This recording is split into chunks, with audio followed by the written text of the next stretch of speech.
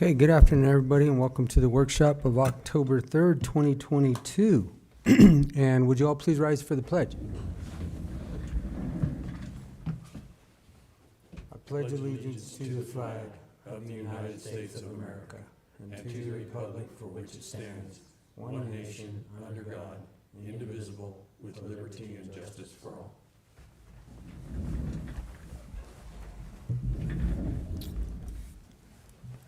All right, the first thing we have on our agenda is we have our insurance options for benefits and a committee by Jake and Lynn. And do we have the benefits committee here? Or two of them? Well, come on down, gather around, stand up, whatever suits you.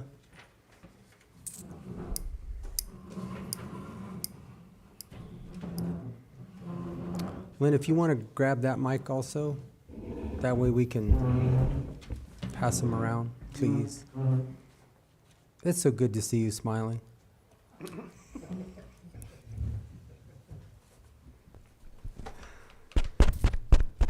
Perfect. All right, go ahead, Lynn. So Jake has been here a couple times and he has brought us the information regarding the yearly fun time of getting down to it. Okay. Well, then I guess we're turning it over to Jake or the benefits committee. Do you guys have anything that you want to say prior to the presentation, or? No, I think it's probably best to hear the presentation Okay. first, then we can discuss it. All right. Got to go over to that. Do you need me to bring a mic or bring a mic? Yeah, because otherwise they're not going to be able to hear you on TV. Okay. So yes, Will they be able to please. see me? No. No. All right, let's see. Should we pull it If you move it closer, Jake, they'll be able to see you. That's,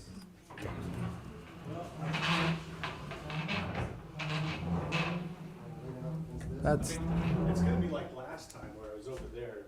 The Yeah. public can't really see the board, but that'll work. We'll turn the board around Okay. when we're done. well, as you can see, I already kind of went through it with the benefits committee, but I'm going to start from scratch.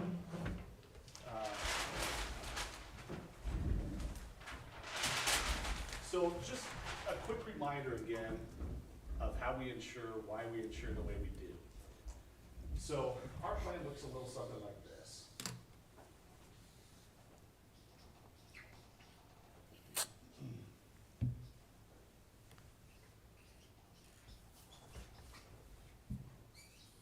So we have two protections in place. Oh, I mean that mic, sorry.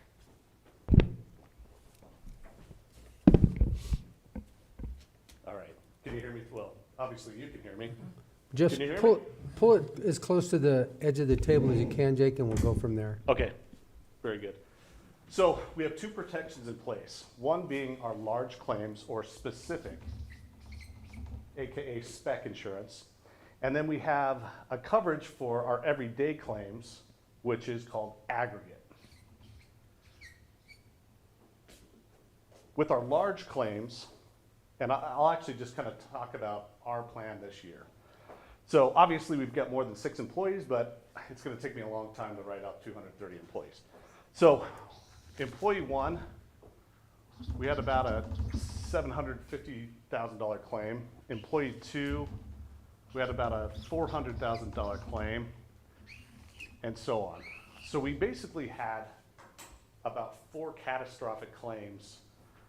By the time they come through, it's going to total about 1.75 million in just our large claims. Now remember, we off-seed this risk, so we pay a small premium to Cigna to off-seed that risk.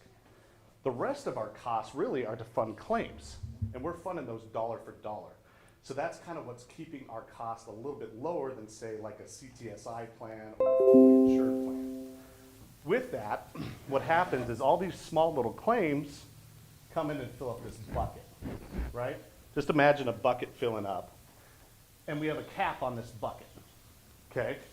In the past, and I will say it's only been 2 years in the 8 years that I've been your guys' benefit consultant, we've had years where it's like 80% of claims. So at the end of the year, we get a surplus back to us, right? So we're not paying the insurance company all our premium, and at the end of the year, they're just pocketing that. We have a chance to win some of that premium back. Now let's flash forward to this year. This year, we actually are starting to overflow this bucket. So our claims here, our small dollar claims, are at about 1.1 million. So we've exceeded both this bucket. Now keep in mind, we have that protection in place so we don't pay $1 more. And we have this protection in place so we're not paying for these high dollar claims either. But what happens to the insurance? Pretty much what happens is, as your consultant, I go out to roughly 35 plus different carriers. We have access to more carriers than almost any brokerage in the nation. Of those 35 carriers, 32 declined. Flat declined the quote. So, and then within that, Cigna, who gave us, remember, our 8% guarantee. Well, one of the caveats to that is if we have claims over 200K, it's null and void. Now, I'll back you into it. I didn't let them get away with it. I'll back you into it, so give me a second on that. So, within that, and what am I? So let's talk actual numbers. So again, I just wanted to talk concept first of what we're doing, why we're doing what we're doing. So currently, our costs, and again, I'm just using rough numbers right now. You'll have the exact numbers, but let's use rough numbers for today's purposes. Roughly, your premiums are about 2.3 million. Cigna came in initially at a 17.9% increase. Because they said, hey, we have that caveat in there that if somebody's over 200,000 in claims, we don't have to honor the 8%. Out of the two, so basically I got two stop loss only quotes. Let me tell you what those are. So there's carriers out there that will take on this risk and this risk. We have about 25 to be within range. We're about 25 carriers that we have access to. Out of those 25, I have 2 quote. I'll get back to that in a second. So, current premium, 2.3 million. Cigna's quote at the 17% came in at about 2.8 million. We did have one carrier come in at 2.65. That carrier, you'll love this. They're named Graf. That's a company I don't know. Right. Most do not. New to Colorado, they That's the reason. they're new to Colorado. So what they do is they use either the Aetna network or the Cigna network. So in your case, because we already have Cigna, they can't compete with Cigna's network, so they proposed Aetna's. So with that information, I went back to Cigna and I said, this is where they're coming in at. Cigna then came back and said, what we will do is we'll do a 10.5% increase. However, what we'll do, because I said, look guys, I'm gonna have egg on my face. You know, I told these guys last year it's at 8%. I'm just being real with you. So what they did is they said, okay, what we can do to get to that number is we'll give you a $50,000 admin credit. So that admin credit brings us to 8.5%. So the long road to where we're at is they got there, they just had to get creative with how they did it. So the 50K in admin credit, again, is what brings us to our 8.5. Now let me back up to my stop loss carriers. My 2 stop loss carriers, one is owned by Google, it's called Granular. They came in, at 3.6 million. Heck of a deal, right? What they're looking at is this. They're saying, hey, for us to be profitable, we can already tell there's 2.8 million in costs just this year. That's just claims costs. That's, that doesn't take into account the PTO fees, the processing fees, the little bit of fluff that they put in there. So that's why they came in at 3.6. They're like, hey, for us to be profitable, that's where we have to come in at. They know they're not gonna write it, but they're gonna throw a number out there. And then I had one other carrier who basically is one of our top carriers. They gave us a quote, just to give us a quote. They came in at 3.2 million. Really what this is telling me is the market's dictating this is about where we would be had we not be in the Cigna pool. Let me explain the Cigna pool. Travis, you asked me a great question earlier. Wouldn't it make sense for us to have a couple of entities and be a bigger entity? And my answer to him was no, because you don't know what's in that pool. You can have two entities, and if one of the entities is really sick and the other's very healthy, you're subsidizing the other, or vice versa. You're basically in the Cigna pool, which is made up of thousands, millions of members. So basically what they're doing is they're shifting cost here, and they're taking those numbers from a more profitable group. It's cost shifting, right? So they probably had a group that ran at 60%, it was real profitable for them. They gave some of it back, but Cigna's still making money. It's an insurance company. Our job is to make sure they make as little as possible. That's why we do this, to where if we are at the 80%, and a few of you have seen it, I guess only you. There's been years where we got about 160K back. That was money that would have gone to the insurance company. Backing up, of the 32 carriers, or of the 35, one of those being CTSI. And Lynn, can you remind me of the language that they used? Their bylaws protect them from taking on a entity that would damage the overall health of their pool or other pools within that entity.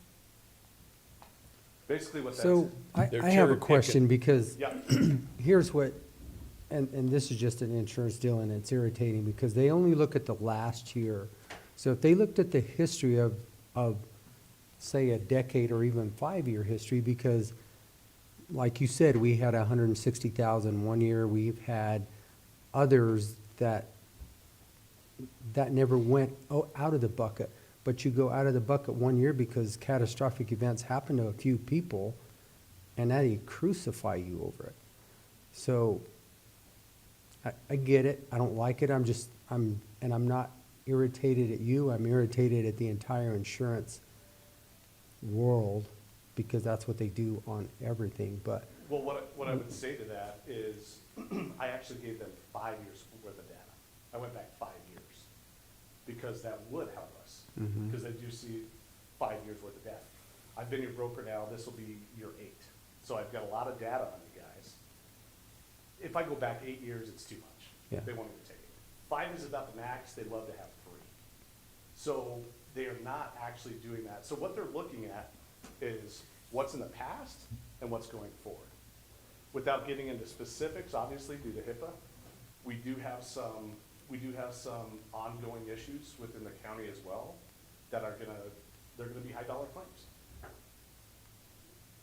We've got some cancers, we've got some, but the nice thing is, good and bad, we have that data.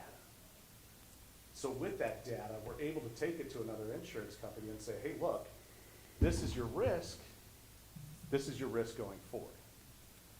So we know the data. okay. In a pool or a fully insured situation, you're not gonna get that data. They tell you, hey, your claims ran at 120%. Well, what's that? 120% of what? Where this, we know exactly where the claims are running. If we say it's 120%, we could say, hey, it was on this claim, it was on this claim, it was on this claim. So we actually have data and detail to where we can present ourselves to these companies in the best light we can every year. This is, I'm gonna be real, this is probably the second most challenging year I've had on you guys. And to get it to 8.5, given the situation, was darn near miraculous. So what I would say is if gravy, hold on one second. So with this 8.5, your costs come out to 2.570 and some change. So it's under that. And if they were way under, I'd say, you know what? Maybe we look at gravy. But we've been in situations where we've changed. Do you remember? We changed, we got Long time. -2. Mhm. We got -2 that year, and the dental and vision were a nightmare. And because of that, we went back to Delta Dental, we went back to VSP, and now everybody's happy with it. Did it cost us a little bit more? Slightly, but it's a network that everybody accepts. And we haven't had issues since. And with that, Delta Dental is 0% increase, VSP is a 0% increase. So I was able to hold your rates there. Well, thank you. First of all, I know, like I said earlier, the whole insurance world is aggravating and irritating, but, Well, Thank quite you. honestly, that's why I do it. I want to make sure that you guys are getting the best value for your money. I mean, it's expensive. It's an expensive line item. So for us to overpay on it, it'd be crazy.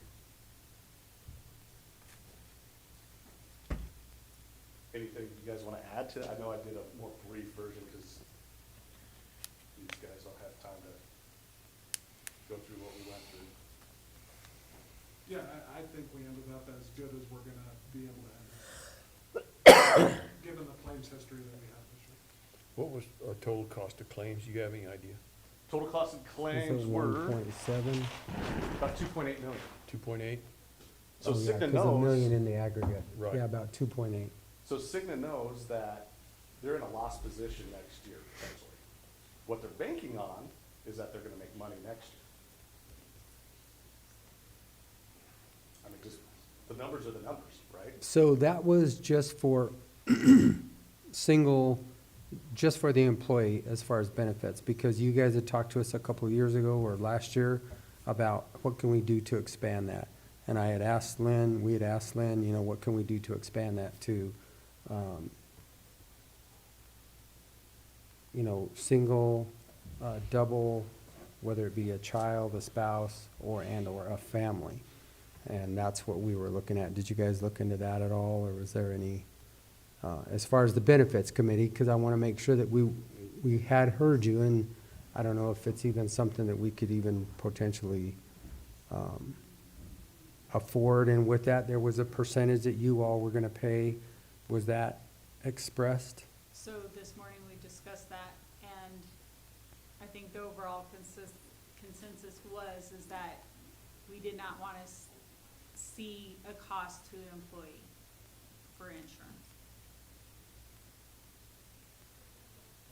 But where it's at, So then you And then- don't want to explore the opportunity for a spouse and/or family? Because So- that was part of one of the things that, I'll just use you and the sheriff's department, I'm not trying to single anybody out, but that was one of the biggest faults that we were having with the insurance premium, so it's changed. to a certain extent, sorry, we had discussed before contributing or contribution, is that what you're saying, the $1,200? Mhm. If we raise that, and Jake had a suggestion of where if we, to try and do all this all at once with everything that's changing with inflation and everything like that and increase in cost, if we keep all our plans the same, not charge the individual employee, but have like a step, it's gonna be like a step process or a good faith process showing families, or that the county is serious about helping with dependent coverage. So the cost went from $811.48 up to 900 and something per individual. And if we were gonna stick with the $1,200. That was the first conversation that we First had, yeah, that conversation. we would raise it We up could- to 1,200 to try and, because when we had Right. originally talked about it, we talked about 5 years. What will it take to step? That's why when we had the conversation, we're like, okay, well, let's raise it from the 8 to the 12. Right, So that would give you the flexibility of whether you want to use spouse or use spouse, family. So, And okay. a lot of it we talked about this morning is how the dynamics of the county are made up by department. So our department's relatively young, where we're having kids, and that's the makeup of our department right now. But now you go to Road and Bridge, that's not so much the case. So, what we talked about this morning, so that we're not adversely affecting everybody in the county where they have to start paying, that if we did go to 1,200, then we're lowering dependent care cost, because we're contributing $909 per employee right now, then that would add a couple $100 to lower that dependent care coverage. If the county kicked in at $1,200 per employee, then that would lower that by a couple $100. And in a good faith effort going forward, telling the employees that yes, as we can financially do it and work through the years, then we will try to work that, increase that number over time, like we talked about over a 5-year period. But, best case. So, remind me, we've got, did we figure it was 10 total families on right now? It was 18 dependent 18 dependents, okay, thank you. So, Total. total. total. Total.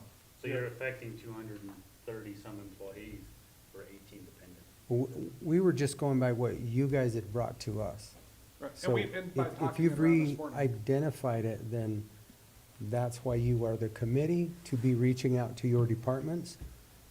and that's what we figured out this morning, talking it around, is it doesn't make, it would adversely affect every department versus, because again, it's just the geographics of the departments.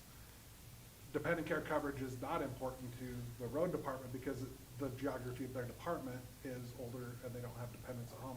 Where like the health department and ours is younger, and we're looking for that dependent care coverage. So how do we do that without adversely affecting anybody, understanding there's X amount of dollars to use for this period, end of discussion. So how do we do that?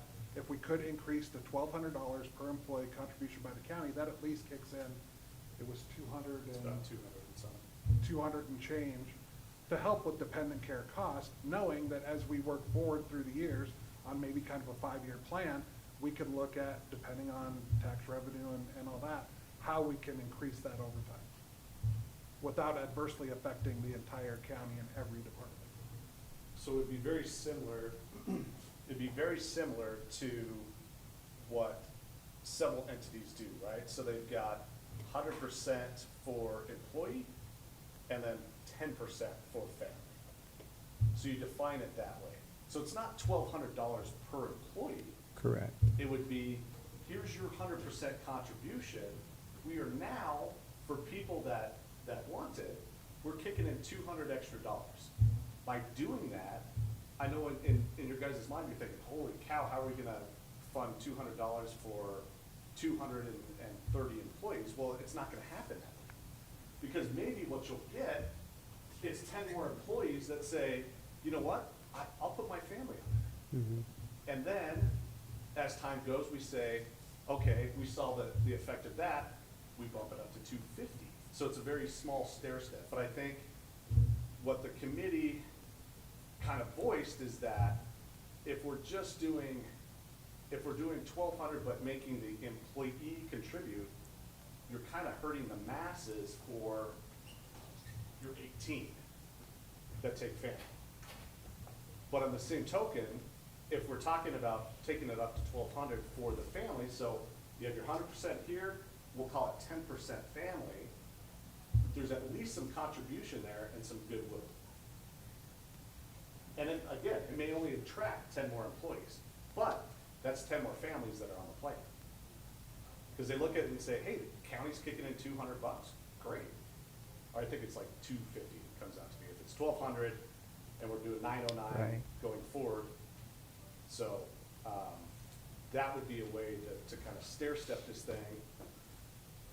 Because, you know, the money doesn't grow on trees either. I mean, the county's gotta fund it somehow, right? So, Right. we understand that. Okay, so you've taken that off the table basically this year. Well, I mean, if we go to 1,200, that helps dependent coverage by $250, Mhm. which is a lot better, that's better than what we're doing right now, which is we're not contributing towards dependent care coverage. So it helps those 10 people, those 10 extra people we might attract to the plan versus adversely affecting the entire county. Okay, So I think what the committee's saying is keep it at that base limit that we're doing. And then for those that choose to, and it's, again, it's probably gonna be like 10 people, those who choose to add based on the $250, or whatever it comes out to be exactly. right, yeah. Whatever that You're just extra talking round contribution numbers. is, hey, we can afford that now. Or the existing 18 can help them Yeah, Right. lower Yeah. theirs a little. Correct, or the existing yeah, 18. yeah, we're We not know it taking it affects off, that. we're not taking it off the table. We were all very cognizant this morning of realizing there's X amount of dollars that have to go everywhere that you guys have to allocate it. And how do we do it responsibly, knowing we can't do it obviously in a big chunk, and how do we do it responsibly to all the employees across the county? And it could possibly, it was brought up this morning that it could possibly, if you added 10, it's not gonna be a big deal, but if you added 10, it would actually help our numbers at the end of the year with 10 people paying in to our fees. I mean, it could help our insurance next year.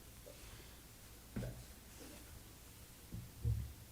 Depends on what happens throughout the year.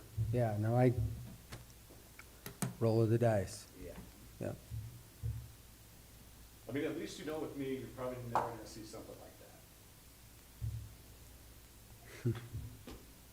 I say that tongue in cheek too. Never seen Yeah, I was gonna say, I would say. I'm not gonna likely- say anything to say never on Yeah, anything right. anymore. But, I mean, we've been through situations like this, where we're staring at a 28%, I got it to 8. So basically, we're Just at through the negotiation process. 2.6 million. 2.6 roughly, yeah. 8.5% increase. Yep.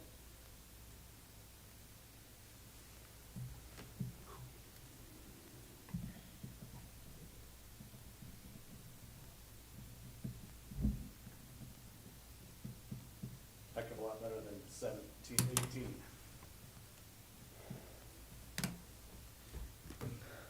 But, I mean, we see the numbers. I mean, we know our claims were about 2.8.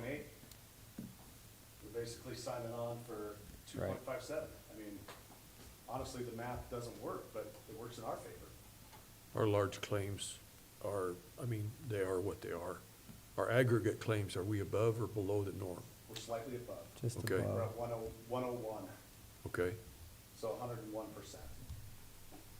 When I was here in July, we were 160 to the good.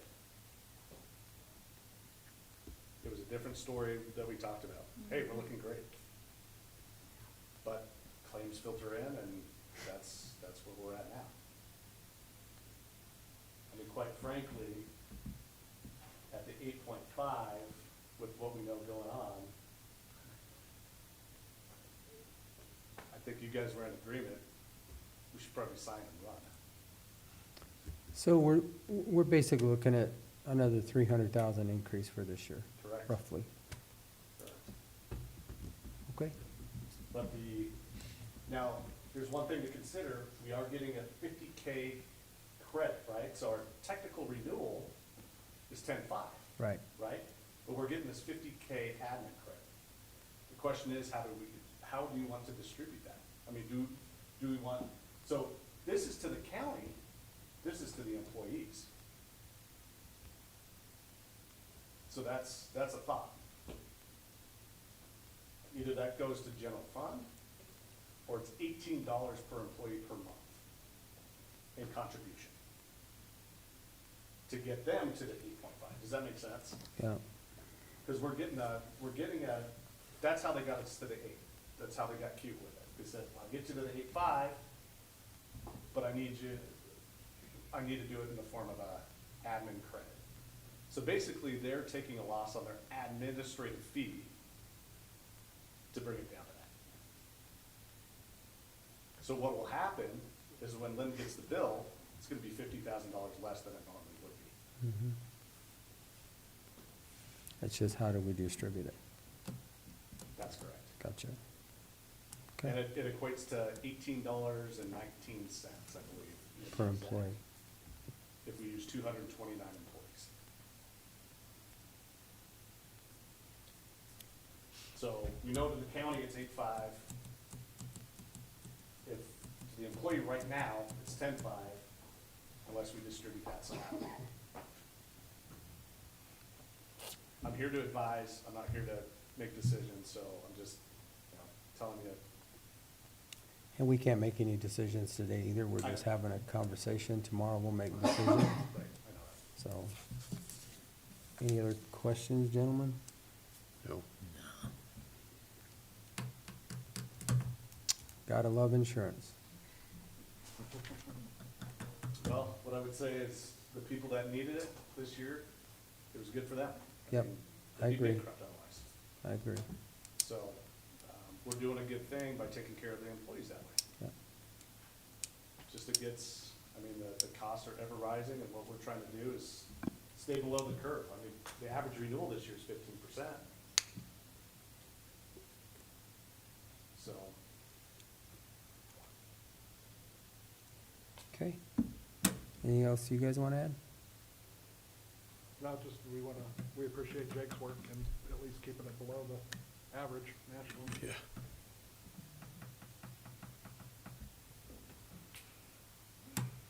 wish I had better news, but that's about as good as I can get. Again, thank you. I mean, Appreciate it, Jake. it's Thanks, guys. better than 18.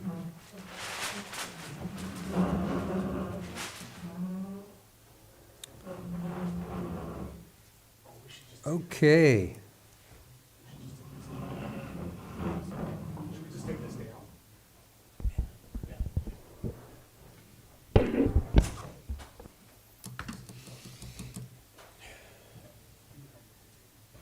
All right, next we have Alex Graf and Samantha Torres.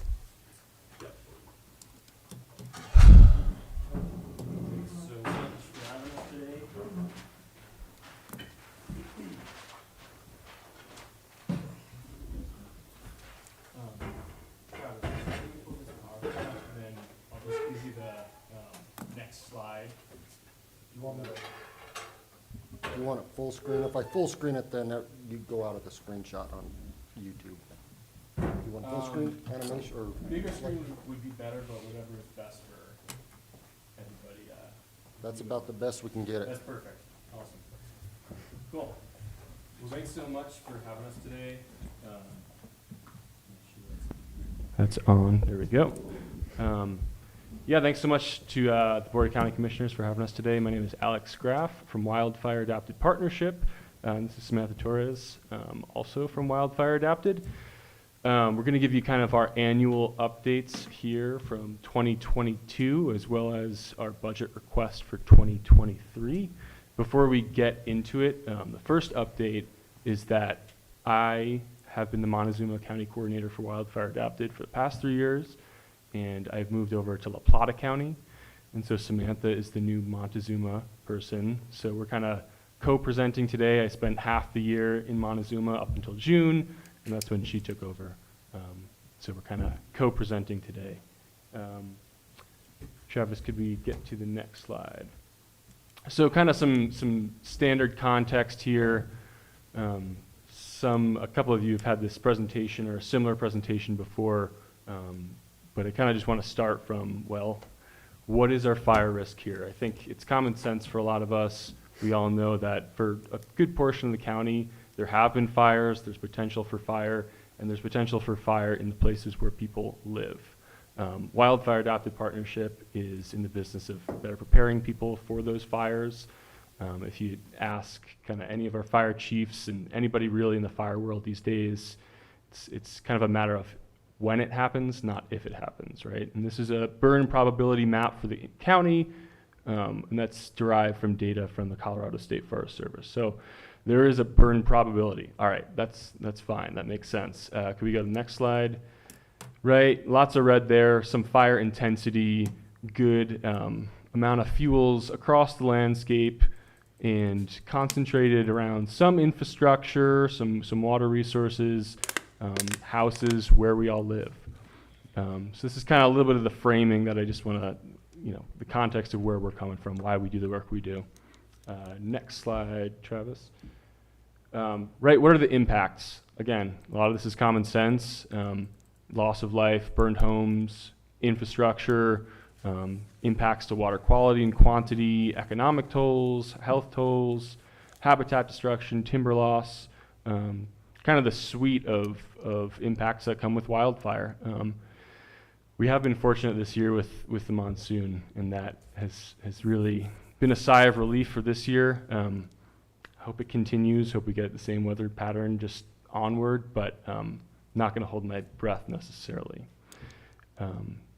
So that kind of brings us, next slide. Oh, I think we skipped one there. Right, talking about costs. It's kind of what we're talking about today, right? What could the cost be of a fire? Well, here are two local fires that we've had near recent past, last 20 or so years. Both of these fires, we've been pretty fortunate in a lot of ways. It wasn't the paradise scenario, campfire in California, right? Missionary Ridge, 2002, 73,000 acres, 46 houses and cabins. Didn't come down into Durango. It was held up north. Total cost, right, $152.8 million. That's both in terms of what it costs to actually fight that fire, economic concerns, right, post-fire. Well, luckily, like I said, during that fire, it didn't come down into the city proper. Similar 416 fire, a little bit less acreage, no houses or cabins burned, and there's a good cost point on there too, right? $40 million. So with all that doom and gloom information for you, right? What can we do? Can we get to the next slide, Travis?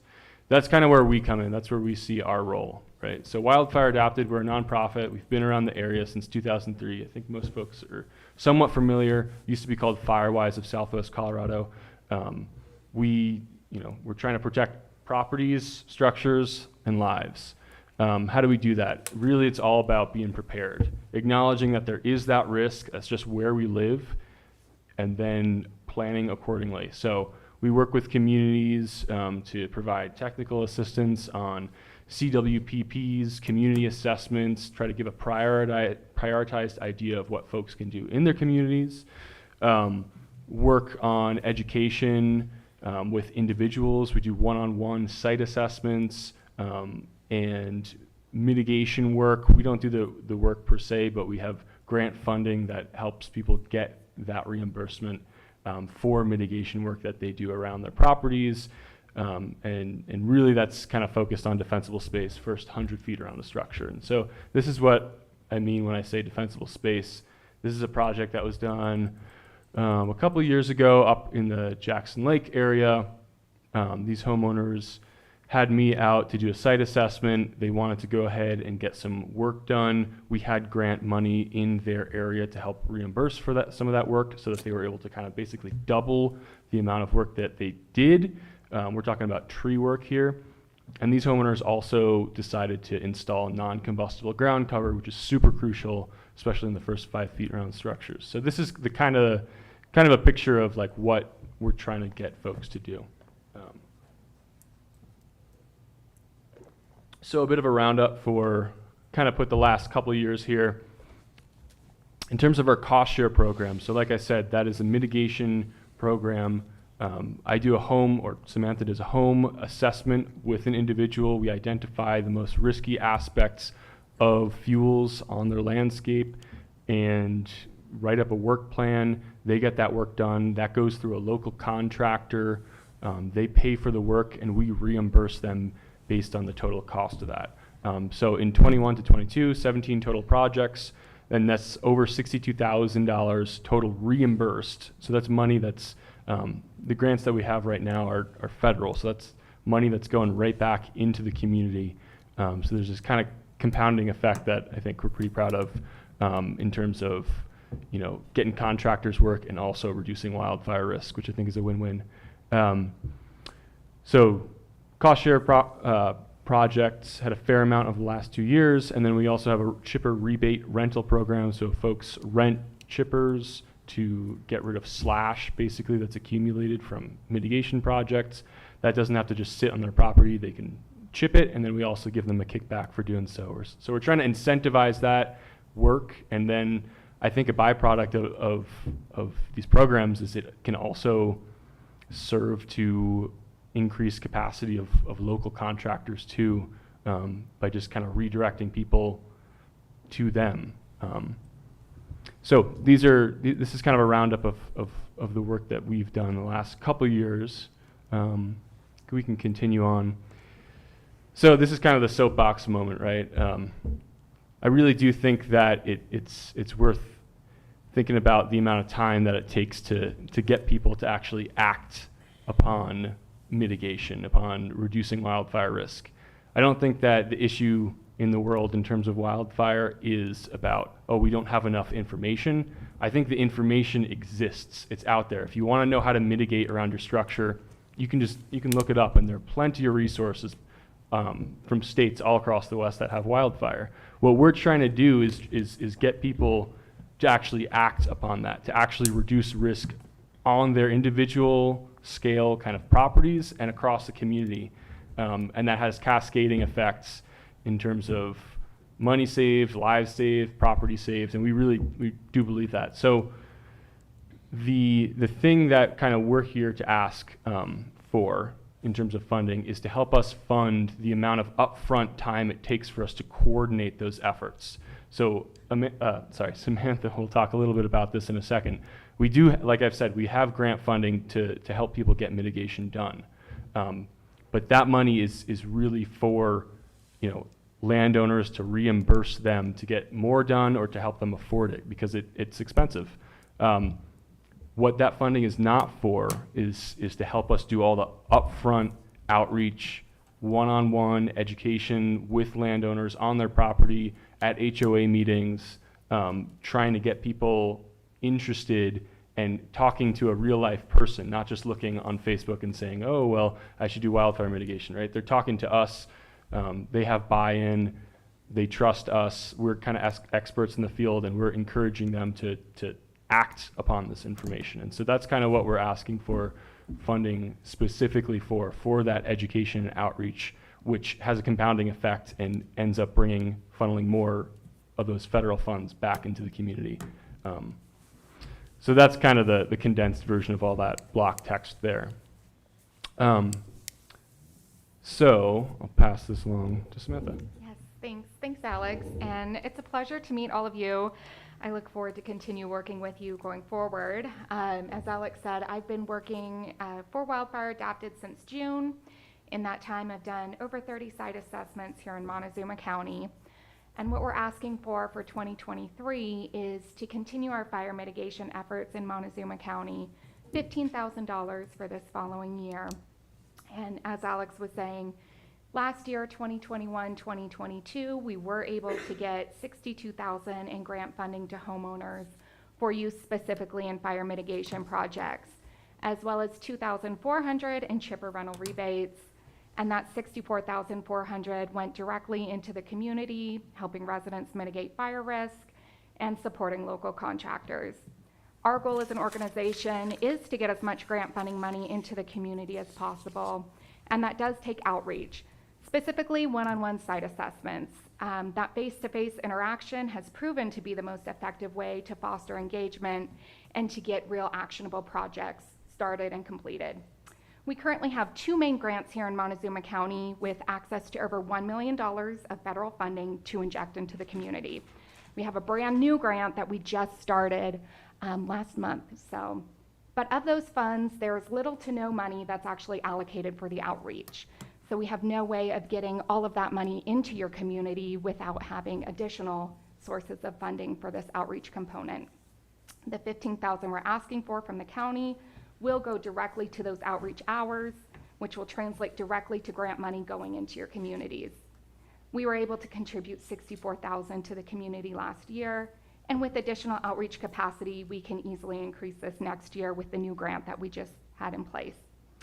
As Alex shared, $1 spent on planning and mitigation typically saves $5 on suppression costs and over $500 on long-term losses, which is significant financial leveraging for the county.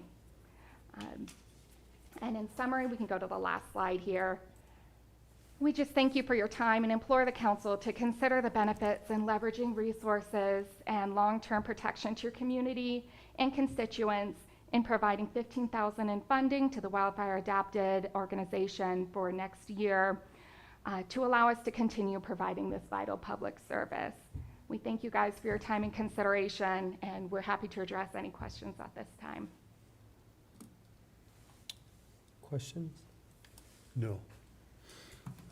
I've got a question. So the governor has put forward a committee to try and come up with a code specifically in the WUI as far as hardening.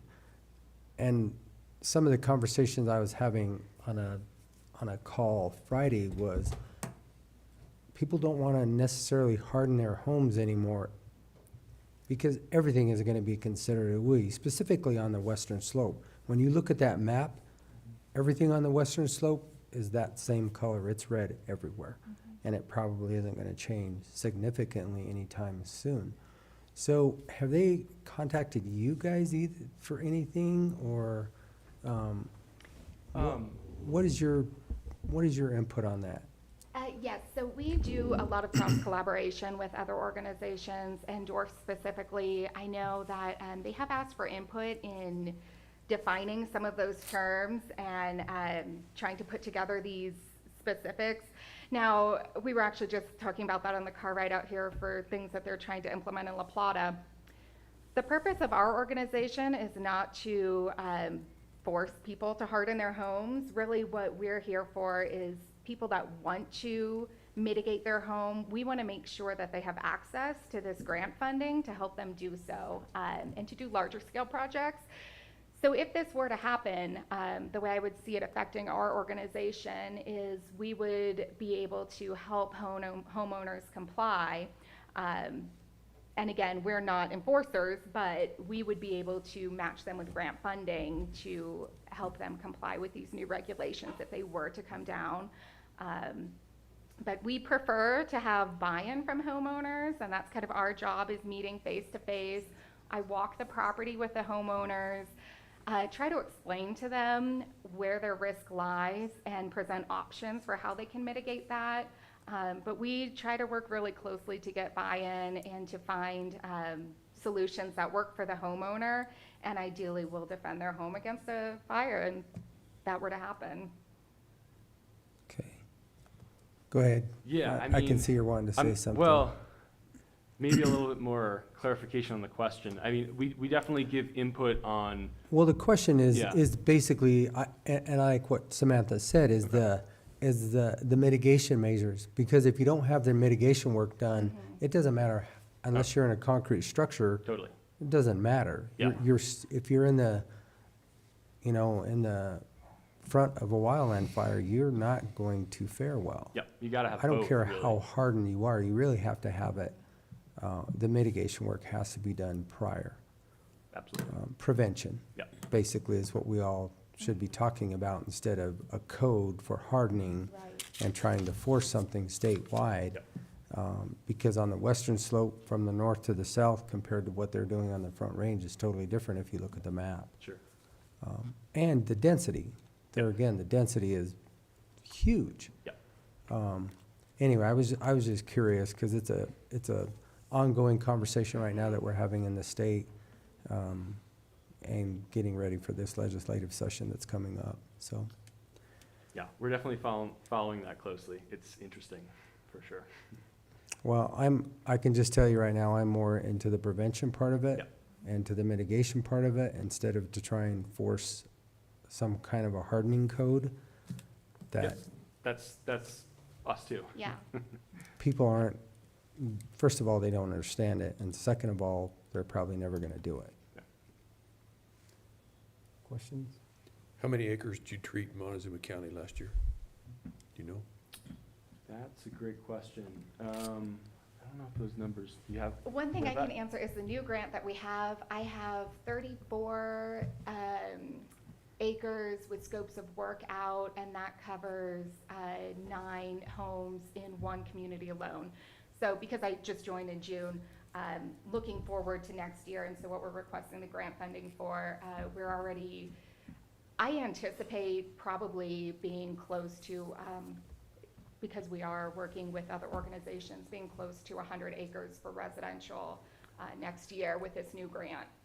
And the thing to remember with that acreage number is that, you know, in comparison to other entities like US Forest Service or BLM that have these large swaths of land, right? They deal in super high acres. Those numbers, in the thousands, right?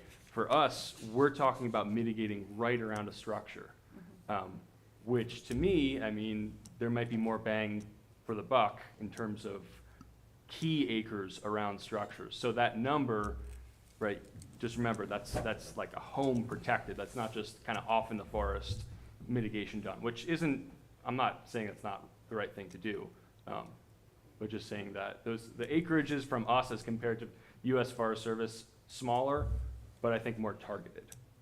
And more structures protected, which it's obviously important. So is your target area actually just the residence itself and the access to ingress and egress Correct, yes. So together? we focus on the first 100 feet around a structure or driveway. So yes, absolutely, the ingress egress, that's really important for safety for the fire crews and the residents in emergency exits. We work with communities for community drives if they're not county maintained. We actually just completed a project up at Kelly Ridge for their shared community driveway, clearing to make room for fire trucks getting in and out of there in the event of a fire. And we really do focus the first 100 feet around the home. So that's what you're saying, specifically, probably mostly junipers and pinions that we have here, your flame lengths are not gonna be over 100 feet? Is that kind of why you're only going 100 foot? Well, we're kind of going more on like the State Forest Service standards of defensible space around a structure. So that's kind of why that 100-foot zone, we break it into like sub-zones within those zones, right? Like there's a specific treatment for the first 5 feet around a structure, specific treatment for first 30 feet around a structure. I think the 100-foot zone comes from some research about radiant heat and about, you know, crown fires. What is the minimum distance, or I guess that would be the right way to say it, that a super intense crown fire could be to a structure and still not ignite it from radiant heat. And I think kind of the rule of thumb is about 100 feet. So I think that's why that 100-foot zone was adopted.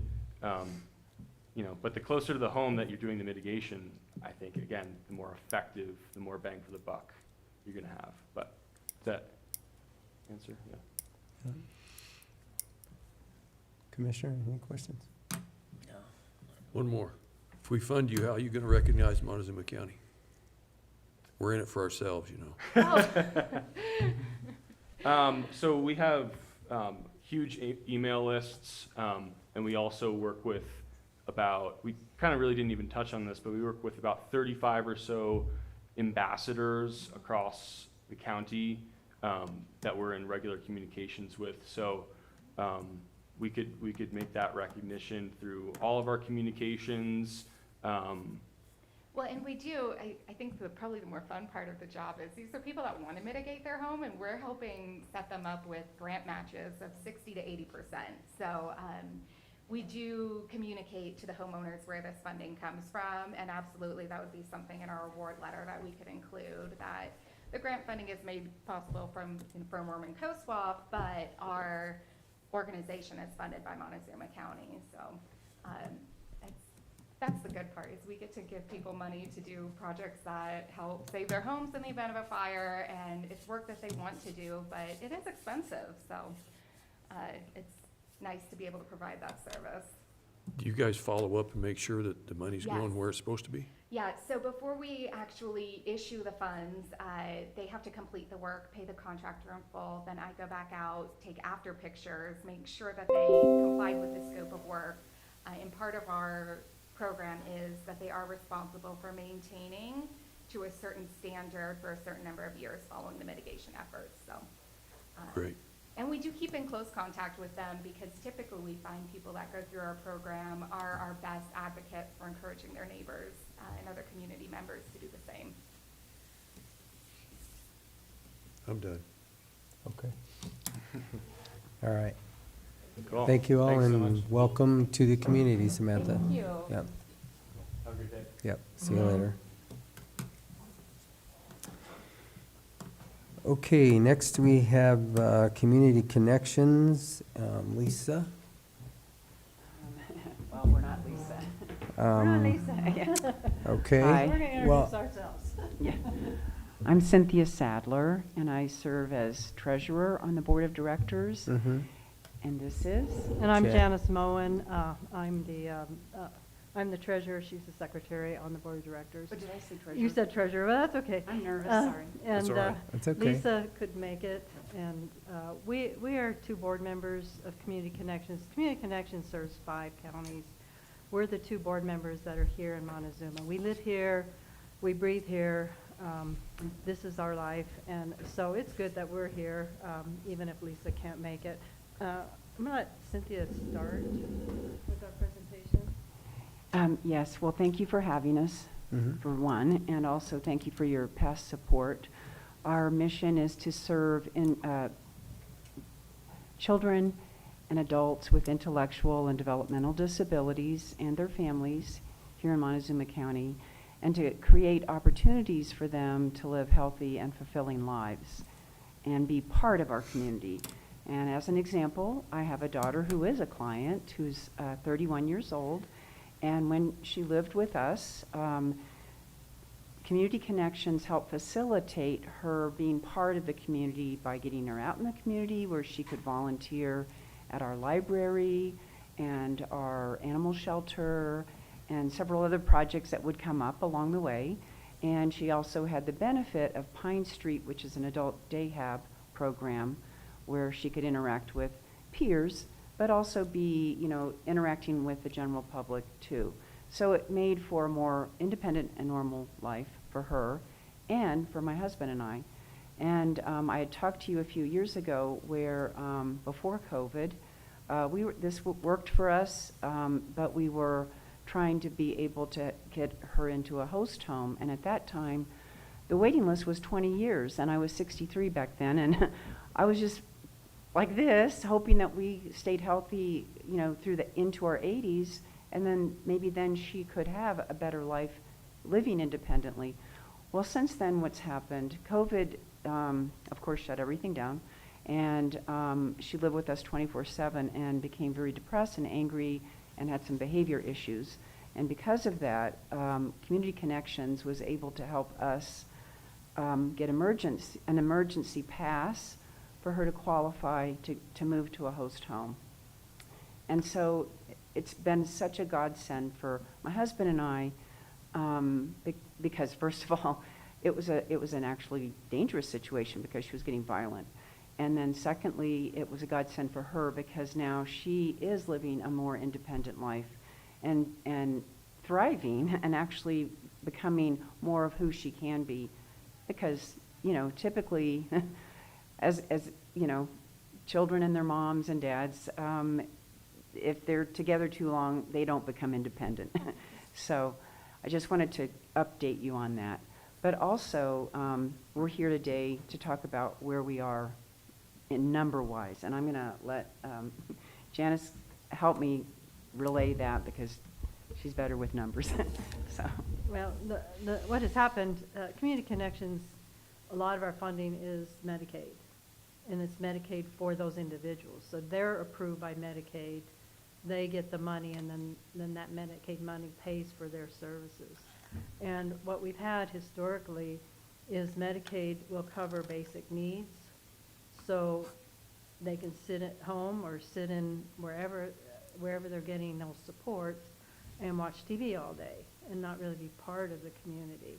There's some funding from Medicaid that gets them out into the community, like in our Pine Street office or location where they can gather and have events to go out into the community some.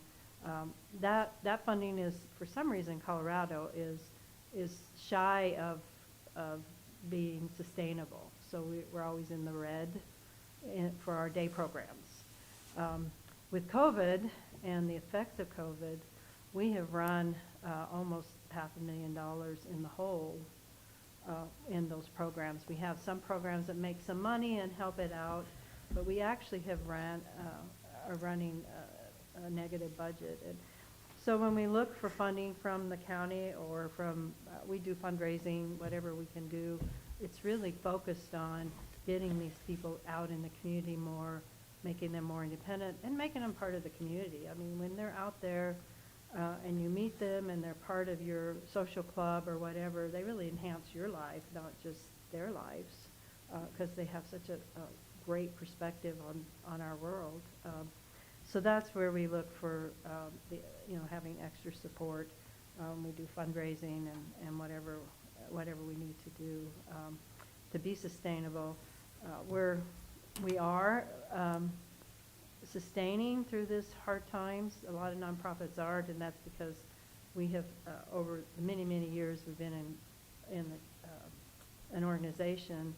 We have built up some surplus for a rainy day, and thank God, because COVID came and we had a monsoon, not a rainy day. We had a huge storm, but that's where the funding helps us. We also have 20 employees that we support here in the community that work for us. We have 30 host homes. 30 host homes. Just 30 families that are paid. Yeah, like with the host homes, they're actually not, they're independent contractors, but these are, families that will take in people like my daughter to live and be a part of their family, and possibly have maybe a couple of clients in these homes. But it provides, payment for these families, and like, let's say I know in this situation, a younger family who doesn't mind having, someone like my daughter who's 31 live with them. The mom can stay at home with her children, get them off to school each day, and then, take someone like my daughter to the adult program. But, that gives an income to a younger family too. And then, like she said, we employ 20 people, full time, and those are tax-paying citizens of our county and can make a living here. So we're proud of that.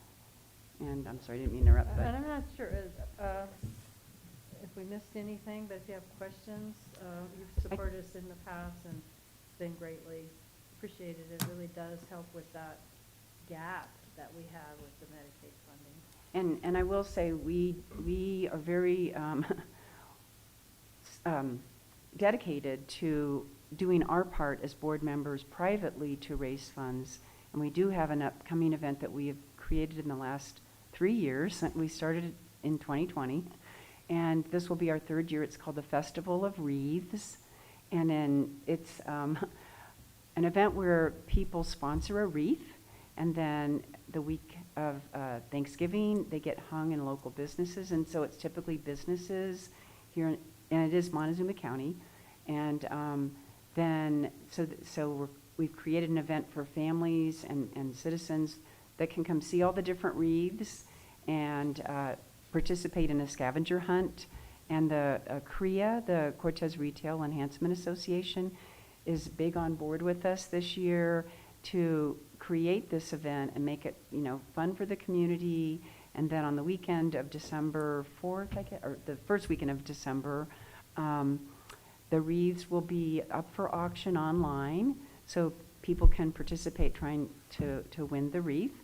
And that's our fundraiser. And last year we raised, I think, about $10,000 here in Montezuma County for our programs.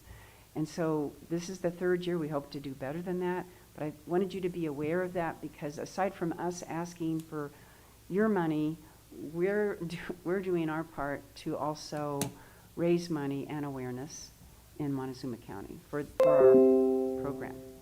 So, Okay, do you have any other questions or None. comments? Okay. question? None? Okay. I really don't. I mean, obviously, I've seen your presentation more than once, and I know what you guys do in the community, so I don't have any questions at this point in time at all. Okay. And we are the only organization in this county that helps people like my daughter with special needs. Yeah. Okay. Thank you very much. Thanks so Thank much. you, for your ladies. time. Thank you. Enjoy the rest of your day. All right, you too. Okay, next I have an arrow that was placed, so we're gonna go to a noxious weed presentation. Bonnie. To pick up my kids, so. Bonnie, you're gonna have to tell me next on which slide you want and which, because you've got 2 or 3 different. I think today I was just gonna talk about the revisions concerning the fining, unless you want me to go through all the revisions today and tomorrow, or what do you? It's your It's- day. okay. Yeah, let's You just go do the through fining. whatever I you think want. the others are pretty simple. So let's scroll down all the way to wherever I stopped. I would go to number 4, maybe. I think I did it first. No, next, 5. Okay, so section 13.16, we are requesting, the advisory board and myself are requesting implementing a fining system like we've kind of discussed in the past. This is for properties that give us, if we send them an enforcement letter, they don't respond with an actual management plan. Instead, they just tell me that they're gonna take care of it. And majority of the time, well, not a majority of the time, sometimes these landowners don't take care of it. And every year it's the same thing. I'll send them a certified letter. They'll respond telling me they take care of it, and maybe they'll just mow it or do something to temporarily control it, but then all the weeds come back a couple months later. So we're requesting to implement this section 13.16 fining. I don't know if you want me to read the whole thing. I don't think you need to read the whole thing. I think we've all gotten it. Okay. And I don't think it's gonna be implemented very often, like I told you, it's just a handful of properties that we're running into this issue with. But the thing that I wanted to talk with you today is about the different fining options that we have. The advisory board recommended that we do a fining system based on a per acre charge plus a base fee. Where is that? This one that's on the screen, Bonnie? Yeah, so that's one of the, this is the one that I kind of originally came up with. There's no real method to my madness. It just sounded, it made sense to me because I didn't want to charge the large property owners an amount that's going to break the bank. So that's just kind of one option that I came up with, but the other option is to do that base fee plus $75 an acre, I think is what it came to. Okay, so it's a $500 base fee that'll cover administrative costs associated with the enforcement process, along with a $75 fee per acre of infestation, which represents the estimated cost of an herbicide treatment. So that's gonna get kind of pricey when you approach these 200-acre parcels that are covered in Canada thistle. So you would do 200 acres times $75 plus 500. So that's what the advisory board came up with as a fining, and then I had this other option for you guys to look into. So the entire advisory board voted on this and they're all a yay, Yes. 100%? So 75. And so, Commissioners, I chatted with Bonnie a little bit about this, and it's sort of an interesting legal question. The Colorado Noxious Weed Act obviously allows us to go to court and impose certain civil penalties per state statute. Those penalties cannot exceed $1,000. It can be doubled if there's a period of time that more than 1 year that the landowner hasn't complied. So that's what's allowed per state statute. There's also state statutes that allow us to place some of the costs associated with eradication of weeds as a lien on a property. Our Noxious Weed Plan does allow some flexibility for this sort of fining structure. The legal difficulty is there's no statutory mechanism to place our fines that are imposed as a lien against the property. And I think that enforcing a judgment and getting a judgment from the courts on a fine that comes out of our Noxious Weed Plan could be challenging. So what I explained to Bonnie is we can put a fining structure in place. And that's what this section that's been added seeks to do. In terms of enforcing those fines in the event that a landowner chooses not to comply or livestock are on the property, that's going to be a challenge in court. And so, the bottom line is if a landowner simply says, yeah, sure, fine me, but there's no statutory mechanism to fine me, we can go to court civilly. We can get the fines that are prescribed by statute, but in terms of enforcing these fines, it could be difficult. I'm not saying it's impossible, but there's not a clear statutory path to say, okay, this fine is imposed by our Noxious Weed Plan, and so this is what you have to pay. And I mean, I'm not precluding the possibility, but it would be somewhat up to the courts to decide what they wanted to do with it. I think that there's a fairly good possibility that the courts are going to default to the statute and go that route because that's what's set out in that Noxious Weed Act. Again, we're not precluded from doing this. Our Noxious Weed Plan does allow for this, but whether we could actually enforce it in the event that somebody chose not to pay, I don't know. So what Bonnie and I talked about the other day, and Bonnie, feel free to chime in too, but what we talked about is, yeah, you can put a fining structure in place, without really knowing for sure whether you're going to be able to enforce it. I mean, the other option would be to simply go to court on some of these properties that are not complying and go about it that way. I mean, there is that statutory path. And so, it's really up to you guys. That the fining system may be effective and that it may compel folks to comply. But at the same time, enforcement to these things could be tricky.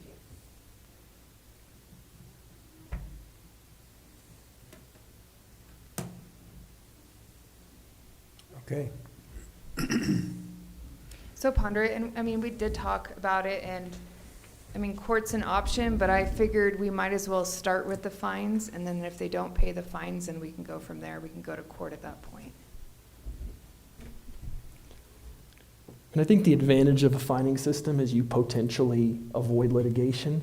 I think the disadvantage is, you conceivably impose fines that you can't enforce. Well, what happens if one person decides to pay the fine and another person says, forget you, county, I'm not going to pay? Then all of a sudden, are we creating a situation where we're not, treating folks equally? I mean, it's tricky. It's tricky to know. I mean, certainly keeping these things out of court is always a good thing. For all kinds of reasons. I mean, it keeps costs down, it keeps, it's less time for me, it's less time for Bonnie, it's less time for the county.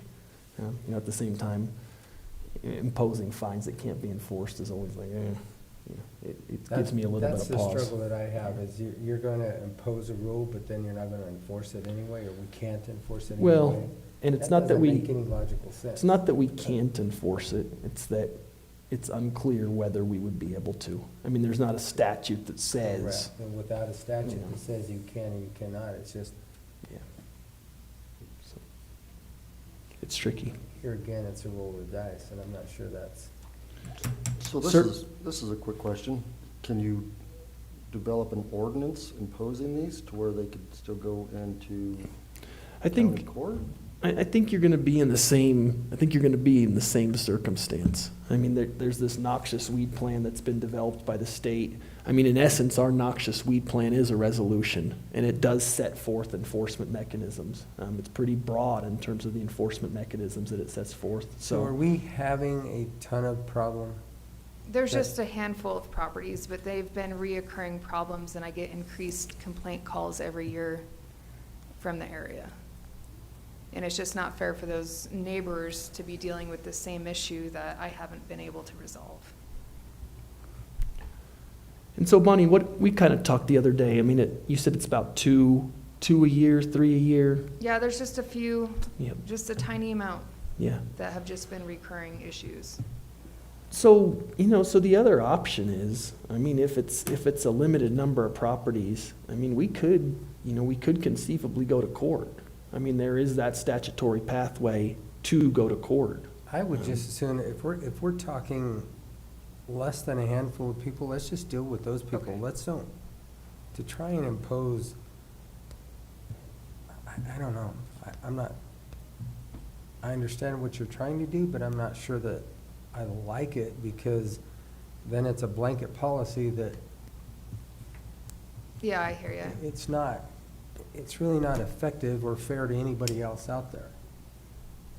So then proceeding with court, how do I approach it that way? So why don't we just deal with, it's like having, a family of kids, and because one kid is doing something bad, you take out every other kid because of the situation. Just deal with the one kid. Let's just go deal with the one kid. And that's what I would rather do. I don't think, Do I need to include different language for proceeding with court stuff if they're not compliant? In the letters that you send out, is that what you're meaning? In this plan. Well, the court enforcement process is governed by state statute, by the Noxious Weed Act, and if you want to, we can sit down after today or sometime this week and chat through that process. What I would recommend is that we handle it in a similar way to the Just way we like would the land handle use land code. use code enforcement, where, if there's a specific property that you feel like is, a real problem, you have to come in and present, and then these guys will give me the direction to go ahead and file. Something that's really consistent throughout that Noxious Weed Act is notice requirements and opportunities for hearing before this board first. And so, that's something that we'll have to be real careful about, that we're making sure that owners are properly notified, that they have an opportunity to come in here and present their plans. And then if that doesn't happen, either if they choose not to or something else happens, then certainly then we can go to court. But there are some boxes that we'll need to check. So let's sit down and chat about that this Okay, week.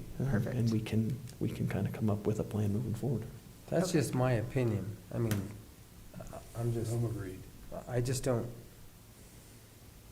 I would rather just deal with the 1, 2, 3 handful, whatever it is. Let's just deal with those and not put something else in there that we really may not have a potential of doing anything with either. It's like saying, hey, I'm gonna come out and I'm gonna do this, and never do anything that doesn't. Okay, sounds Doesn't good. So work then for me. I'll just postpone the amendment of this plan, just so I can talk to Ian and add any other extra stuff that we need to before we go through the changes. Okay, These batteries are going out. And we have all the changes pertaining to the CSU extension. So, those I assume will stay. And then we can talk about any additional language. I don't think we're really going to need anything in addition to what's in the plan, but let's sit down and chat this week. Okay. Okay. Okay, so then I'll send you an updated presentation for tomorrow, and I'll just pull that out. Or I guess we can just skip it. But, Well, if you send me an updated, send it via email so I can dump it into the box. okay. Okay, well, I appreciate it. We're Okay. getting there. I do have one question for you, and it's probably something that we need to discuss. On your very last slide, when I was reading it, as far as, you said you were spraying around the landfill, the fairgrounds, and the sheriffs and courts. And your last question was, what is the plan for the courthouse? Yeah, So we've been talking in the past of what we want to do with the landscape there, and I didn't know if we wanted to put a pre-emergent to control everything, but then we wouldn't be able to reseed for a few years. So I think that's a fair question to bring back to this commission. I mean, not that we built it and not that, anyway, it's our situation now to deal with it. So what? I mean, you guys have any ideas? James Dietrich was in here earlier. I know that he's got a few plans on it, whether we xeriscape it, whether we plant it in grass, what, I mean, because it's still nothing right now than a prairie dog field. Right. And I don't think we have There's a few trees there. but water to actually plant grass, do we? Did you guys ever solve that issue? not yet. Irrigation water? Well, no, The it hospital wasn't solved. had agreed to give us access to that pipeline coming down from Rodale. And right now, there's still a problem with that pipeline, or did that get solved? Do you know, Gerald? Not positive that it's all resolved yet. Okay, so we're still held up there. As far as irrigation, and Yeah. I don't think that we can get down because they had two pathways for us. One was coming down Mildred, which the city is now redoing all of Mildred, and for us to go in there and tear it up, I don't think that we're gonna be successful with that. I'll follow up this week and find out where it's at. But as far as I know, the hospital only got to the north side of the hospital where they Yeah. hooked into their system for irrigation, and we would have to get across the reserve to get to us. Right. So, There's a strip of land that the county owns down through there that we can get through, it's so. right next to the sheriff's office. Yeah, But Yeah, we so I have to- guess for right now, I'm just not gonna put a pre-emergent down until you guys solidify your plans, because I don't want to put something down that's gonna interfere with reseeding. Well, I mean, Unless this is gonna be a long-term issue of getting water. If it's not gonna get water within the next few years, then I can do a pre-emergent to control the seed bank going on over there. you know, this conversation's been going on now for me for 4 years, and we can't seem to get water there. And I'm not sure, you know, Commissioner, you might have the best idea of what's going on with that pipeline, but I'm not sure we're gonna be able to use that. And therefore, to get our irrigation water over there, I don't know how to get there. yeah, I don't wanna put the whole thing in grass. I would, Then you gotta mow it. James, I think he created a plan for partial xeriscape and then partial landscape with grass. Right. Let us get with James and figure Okay, this out. just let me know, because I'm not gonna spray until you guys let me know what you're doing. so does it have to be a pre-emergent, or can it be something else that at least manage it for a year? Yeah, I can do something, probably not this fall, I mean, next spring I can hit it. The problem is every time it rains, new stuff germinates, and I don't have the time to continuously go back and put a post-emergent, but I'll do what I can like I have been doing in the past. But Okay. pre-emergent, a good one, is probably a good long-term goal if there's not gonna be any reseeding of grasses, so. Okay, Okay, All I right. think your battery's going out. thanks. Just food for thought, guys. Yeah. I mean, we've got like 6 acres there that we need to eventually deal with. Yeah. Okay. Let's see, all right. Justin, sorry. Justin.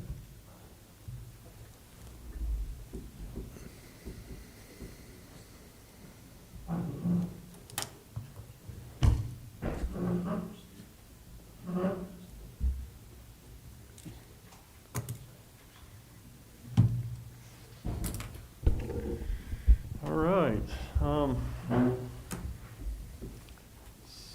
So on the fire suppression, see, it was about a month ago that we went out to the Montezuma Water Company board meeting and discussed with them about trying to waive some fees for that dedicated line that we want to put in 6-inch to just our suppression system. And then they sent us back a reply basically, and I emailed that all to you, so I wanted you guys all kind of look that over as far as what their, I guess, requests were if they were to waive fees.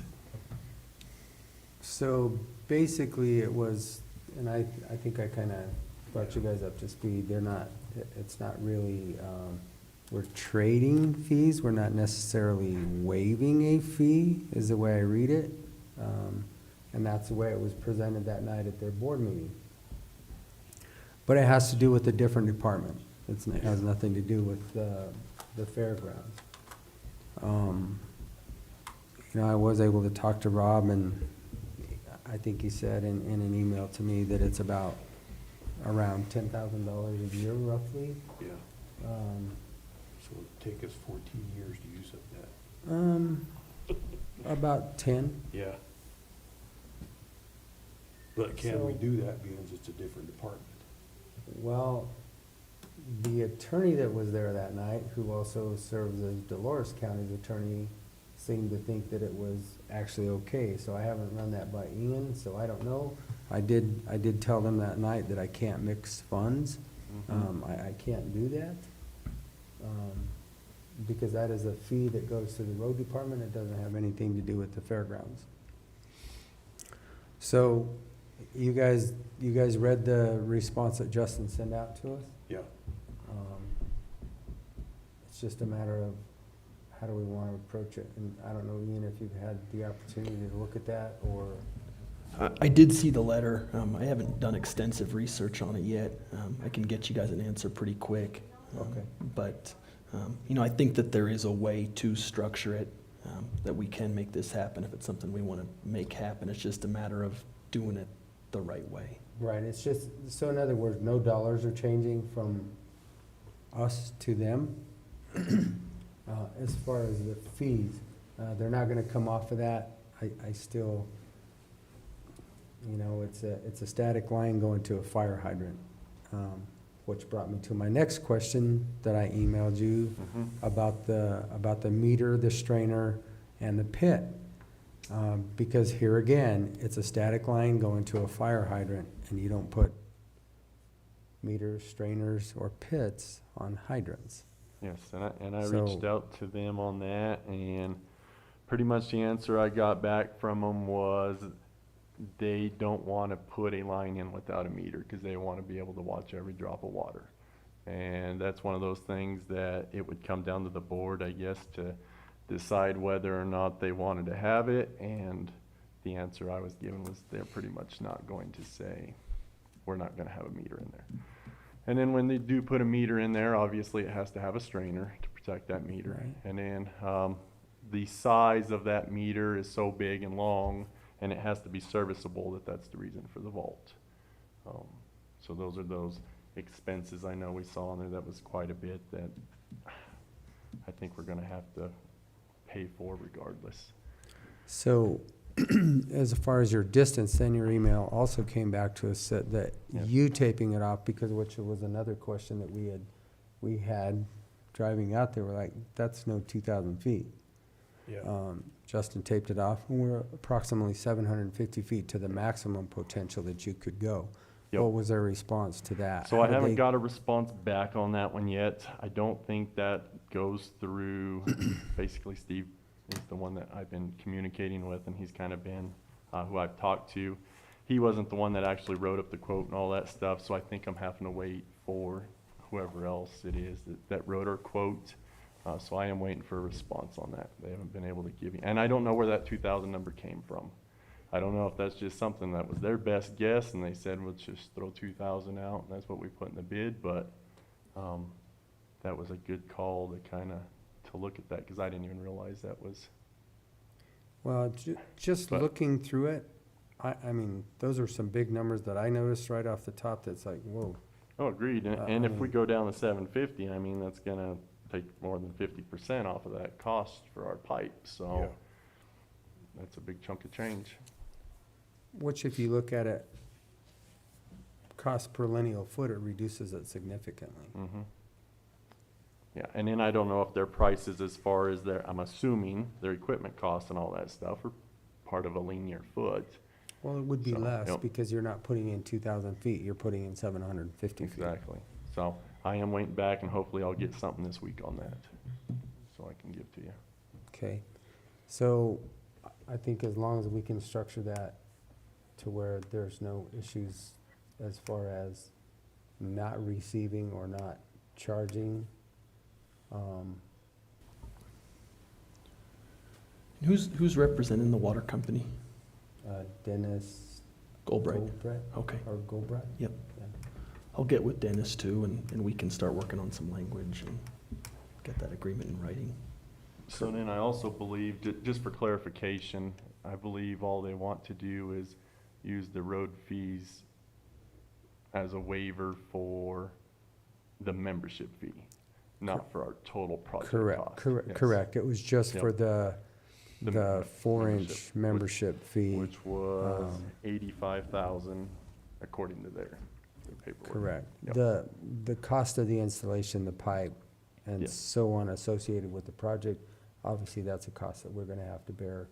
I mean, there's no argument there.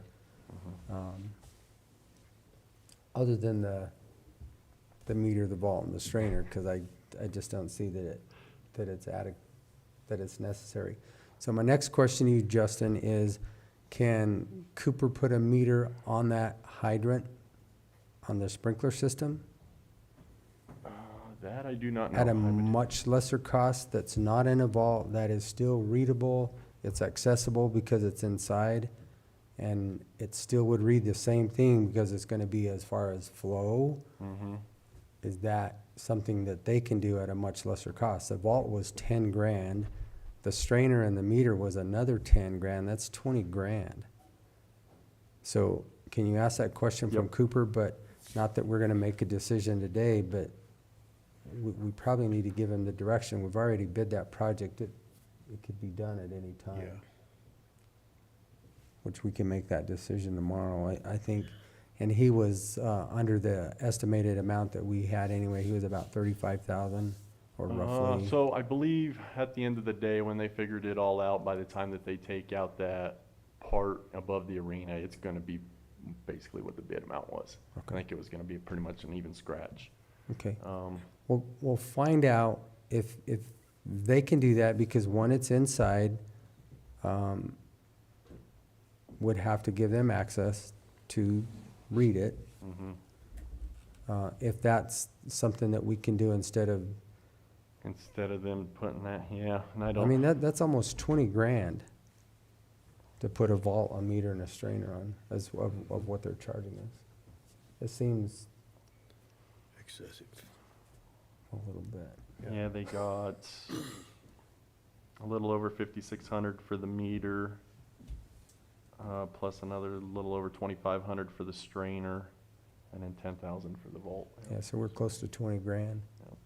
So call Cooper Fire Pros and Okay. see if that's something that they can do, if Montezuma Water Company can live with that, because then we have a building that's accessible, they could service the meter at any time, Okay. I'll do and then that. we can make a decision tomorrow on, to get Cooper going and, Okay. The one other thing that we were looking at was trying to get some sort of heat up there into that attic space or crawl space above that south meeting room in the building, the archery room as we call it. I did have someone come out and take a look at that, and their recommendation was to actually put kind of an inline heater for, say, with a little fan that comes from our arena and blows a little air in there with a little heat to keep that space heated. And the reason for that was because they didn't believe it was a wise idea to vent that room up into that attic space, because they thought there'd be too much lost heat from that archery room. So if we do something out in there in the winter, that's gonna be less efficient. All that heat's gonna go up there, and it's a vast space. So their recommendation was to actually just maybe do a small little inline type heater up there that wouldn't use much electric at all, just to kind of keep that space at a temperature above a certain threshold with the thermostat basically. And I should have a quote back on that this week to do that work. that was the other thing we did want to look at. And then And that was just that one, that was just that small space, right? yeah, that was just that attic space basically, which is about 100 foot long by 28 foot wide, somewhere in there. That was what that was. So. Okay. Questions? Not right now. I don't have any. Okay. Okay. I'll try to get a hold of Cooper and see if I got an answer for you tomorrow on that. Be great. All righty. All right, thanks. Thank you, guys. And see if you can get an updated quote, because, Yeah, I'll see if, I mean, I know that one took a little bit the last time we got an updated one, so I don't know how long they're gonna get to me on that, so. or if it's just a cost per lineal foot based off of their numbers, and, I mean, it's real easy to back it out per lineal foot, because it's not anywhere close to 2,000 feet. No, it's not. And we all saw that just by driving by. Unless they're gonna run 2 pipes for some reason. No reason for that. All right. All right, thanks. All right, Mel. Let's discuss our new turner.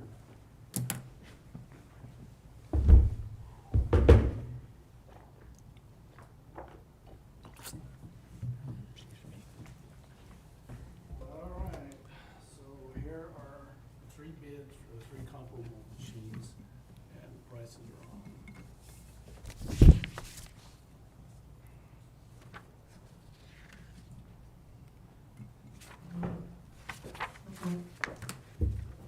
I did talk to a couple companies that do operate these machines.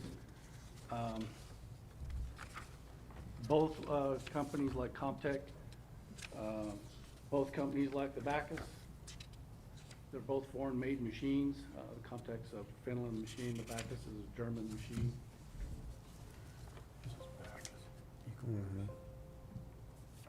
So these are the current bids that, now that we got back. So from reading your email, also this Eco versus Bacchus machine is bigger, better? It and the Comtech, the 2020 that we're talking about before, they're about Yep. the same size. But this is at a far better price now, Yes, from what I saw in the email, compared to what we were looking at. And it's a brand-new machine. correct. The Comtech is a 2020 machine, the Bacchus is a 2022 machine. Gosh, that's a pretty easy decision for me. I didn't believe there would be such a difference in the cost. Really. But these all then, because per our attorney, we had to send it out so that we complied with the RFP. They all complied with the RFP, and we actually have a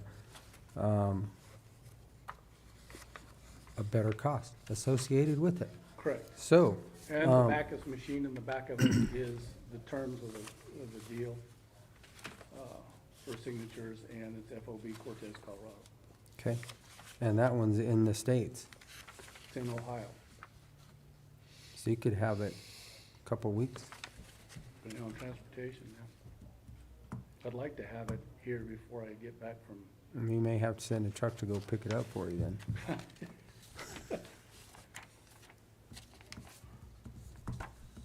Any questions? We'll have to read these in public tomorrow. Yeah. To then move that award forward. So Right. I don't know if I want to do the numbers today. We can do them tomorrow. you want to just hang on those, or you want me to bring them back? I'd rather put them into your Okay. care, and you can bring them back to us tomorrow, and we'll put you in there and get you in and out. But thank you for sending that back out, Mel, and Absolutely. it didn't take us very long, and now we can move forward and actually have a better machine. Okay, That's all I got for today. very good. It's good news. See you in the morning. Yeah, Thanks, Mel. thanks. Okay. All right, planning and zoning. We have a priority list. So you have one, and then I have one to discuss also. Okay. So Yeah, I don't really have a list. I mean, it's drive around, take your pick. I did send you some that have been contacted. There's some that need to be contacted, but there's one on Road P there that you wanted to wait this spring and till Ian was cleared up a little bit. So it's not more a list. I guess we can go through the pictures I sent you. Okay. I think probably start with the 26.5. Did you put those in Dropbox? Uh-huh. Always. You in Dropbox? That's why I got you connected to Dropbox. So this is the one we had a complaint on. I think you had mentioned a couple weeks later that you'd like for us to pursue that one. I think there were. In fact, I think you started this issue. Probably 3 or 4 of them You sold it. that we had that came Yeah, about. so- I did sell it in Uh-huh. 93. So this one's 92, kind of something like that. convoluted to find the owner, and we're gonna have to check with Ian on notice, I guess. So there's several. We've driven by all of them. Right. The commissioners have. So 26.5, certified letter was sent to the contact name on the deeded estate per the assessor's record card. And we also copy via regular mail the address of the property. Since then, it's the Hahn family. It's under a trust. David Hahn, or Ed Hahn, is the named person on the assessor's account. He got the certified letter. His son, Michael, is actually the recipient of the property through a will. But what happened is Ed Hahn was only on the record card because he paid the taxes because his son wouldn't pay him on that property. So he was the name of record to the county. Since then, he called Thursday, and I thought he was gonna take some ownership in trying to get it cleaned up, but all he did is get a hold of the assessors and got his name removed from everything off the property. So I think for today, why don't we go through the properties that are gonna be the highest priority? Well, this And one then is- we'll talk through the intricacies and figure out how to get enforcement done in the event that you guys are ready to move forward. So Okay. let's just develop our list, and then once we have our list, then we can deal okay. with the. Okay. Okay. So we have that property on 26.5. We have one on County Road P at 31, basically right at the top of the hill Mhm. or the canyon. And Correct. then we have one, the newest one, out on Road 25 that we've all. That's right driven by. across from the fish farm. Yep. So. And they were sent a letter last year. So do we have any responses on, I mean, really, not, I guess not that it matters. Ian, right now, you could handle 3 more. I'd like to start with 2. Okay. And so, and then once we get the 2 filed, then, we can. Well, then, if you want my priority, Road P Yeah, would be number 1 P for me, and then the 25 would. and then 25 number 2, and then 26.5 number 3. For me. I don't know how you guys.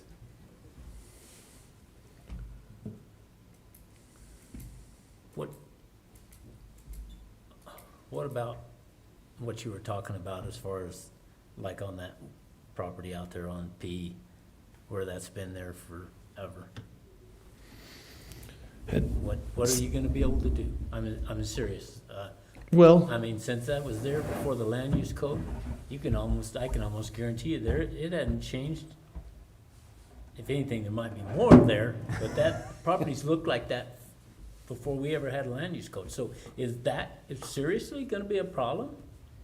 I think As that, far I as think you that get- is, I think that is gonna be tricky. But, you know, to the extent that garbage has been added to that, Because it's being used as a landfill, I think that's the component that's not gonna make it so tricky. It's not a certified landfill. It's not a landfill. They're not that's burying been- anything. They haven't buried a thing there. Well, That's the They're problem. So stacking how it do you up. call it a landfill? well, I don't because if know. you keep- I mean, I think- just- I think- want, No, no, no, I I wanna know get ya. before we Yeah. think this is our top priority and go to this thing. Legally, are we really gonna be able to do something? That's what I wanna know. Well- Because I agree, it's probably as bad as there is in the county. Yeah. But legally, can we do this? well, I I think. guess that's what I'm asking. Yeah. So I think to the extent that there's new garbage being added and those piles are growing, I think that, yeah, that is a continuing violation of the land use code. The thing continues to increase the land use code. My argument would be, okay, so you had some stuff grandfathered in, but that stuff that's grandfathered in, I mean, if that's being added to since the land use code, you know, I don't think you grandfather in the land use code violation forever. In other words, I mean, if it grows, then, I mean, you don't get to just go crazy. You know, you're grandfathered in to a certain extent. But, I mean, just because I have a bunch of garbage on my property from 50 years ago, that doesn't mean I can just make the mountain bigger and bigger and bigger and bigger and bigger forever. That's my take. And so I do think, you know, I don't have, I mean, obviously, there's gonna be some work that's gonna go into it. I mean, hopefully we can get some, I don't know what imagery we have of it. I don't know what kind of pictures we have of it. I mean, that stuff's all gonna come into, you know, into the calculus when we decide to file this thing. And that's gonna be something that I'll have to talk with Don about, and we'll have to work with Doug on and see, you know, what kind of imagery we have, what kind of people can testify as to what's there and what's been there and what's new and those sorts of things. But, I mean, those are the things that we'll look at. Okay. I just wanna know, I mean, if that's gonna be an issue, because that thing has been there for a long time. Well, it certainly is, I mean, it certainly is an issue, Commissioner. Ever since I can remember, so. I mean, that certainly is an issue. It absolutely is an issue, because stuff that predates the land use code, we can't necessarily go after. But, you know, at the same time, just because there's a trash heap before the land use code, I mean, my position would be that can't just expand exponentially. And so, yeah. With the imagery, I don't know that we can definitively point to expansion. Well, then, in that case, we're gonna have an issue. Well, I guess, let me rephrase that. I guess recent expansion, I think from 2010 to now, you can see some, so that's, you know, 10 years after the land use code went in 2010. What I would recommend is we develop a priority list. And once we have that priority list, then I can get with Don, I can get with the folks, we can figure out exactly what we've got. And, you know, if we put Road P at the top of the priority list, and we've got no good evidence that thing's changed after the land use code, well, then I'm gonna have to come in here and say, hey, guys, we might have a problem. If there's evidence that thing's changed, and I feel like we can, you know, make a good faith civil complaint, then we make the go-ahead and we move forward. Yeah. Well, I agree, you know, with Jim's assessment as far as priority. Okay. So, Can't- I guess we'll use that as our top three right now. Yeah. And then obviously, like you said, then we can, as the complaints continue to come in, then we'll just prioritize them after you get off of that. But I do want to bring something else up too. I went back and found this Planning and Zoning Commission recommendations for work for the brownfields that they had recommended to us prior to you, prior to any of us being here. And it would have been just after you left, this was developed. The good news is that obviously County Road G, which was their first priority, the old M&M truck stop has been taken care of, and now the Wild Rest problem out off of Highway 160 has also been taken care of. So that's 2 of them out of the Brownsville that's been taken care of. But do you guys also want to use their list that they had established, because they have 6 of them that they brought forth. 2 of them are done, which is a little bit different because of Brownsville. But do we also want to put that on there to just kind of add those as a different category, because Brownsville there is money through Brownsville to clean these places up. I think we definitely should add them. The only thing with the They're Brownsfield though is identified that before the us. property owner still has to pay for cleaning up a Brownsfield, and they have to be willing. We can't force them Correct. with any kind of There's some, Brownsfield funding. right, there are some issues that still have to be taken care of.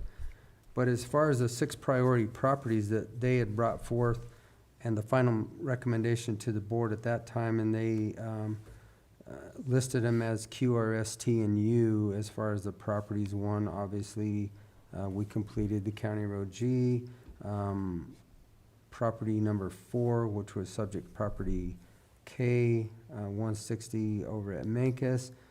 But the next one they had was the old Novotny yard located at 13106 Highway 491. That one's done. But that one's completed. Yeah. So the reason those numbers, those letters are there was a list of 23 in the Brownsfield. And I guess somebody decided those were the top 10, but I've looked at that It list. was the planning commission. Oh, I've that looked had at done that it. list, and out of that original list of Brownsfield, about 6 of those businesses were operating last year. So the Mesa Oasis Campground, 5608 Highway 160, 491, whatever you want to call it. You mean the CDOT road sign collector? Right. That's just as bad as what we're talking about out on Road P. So this is a list that was established in Thing is, the land use code doesn't address collecting 2013. big CDOT road signs. I don't know.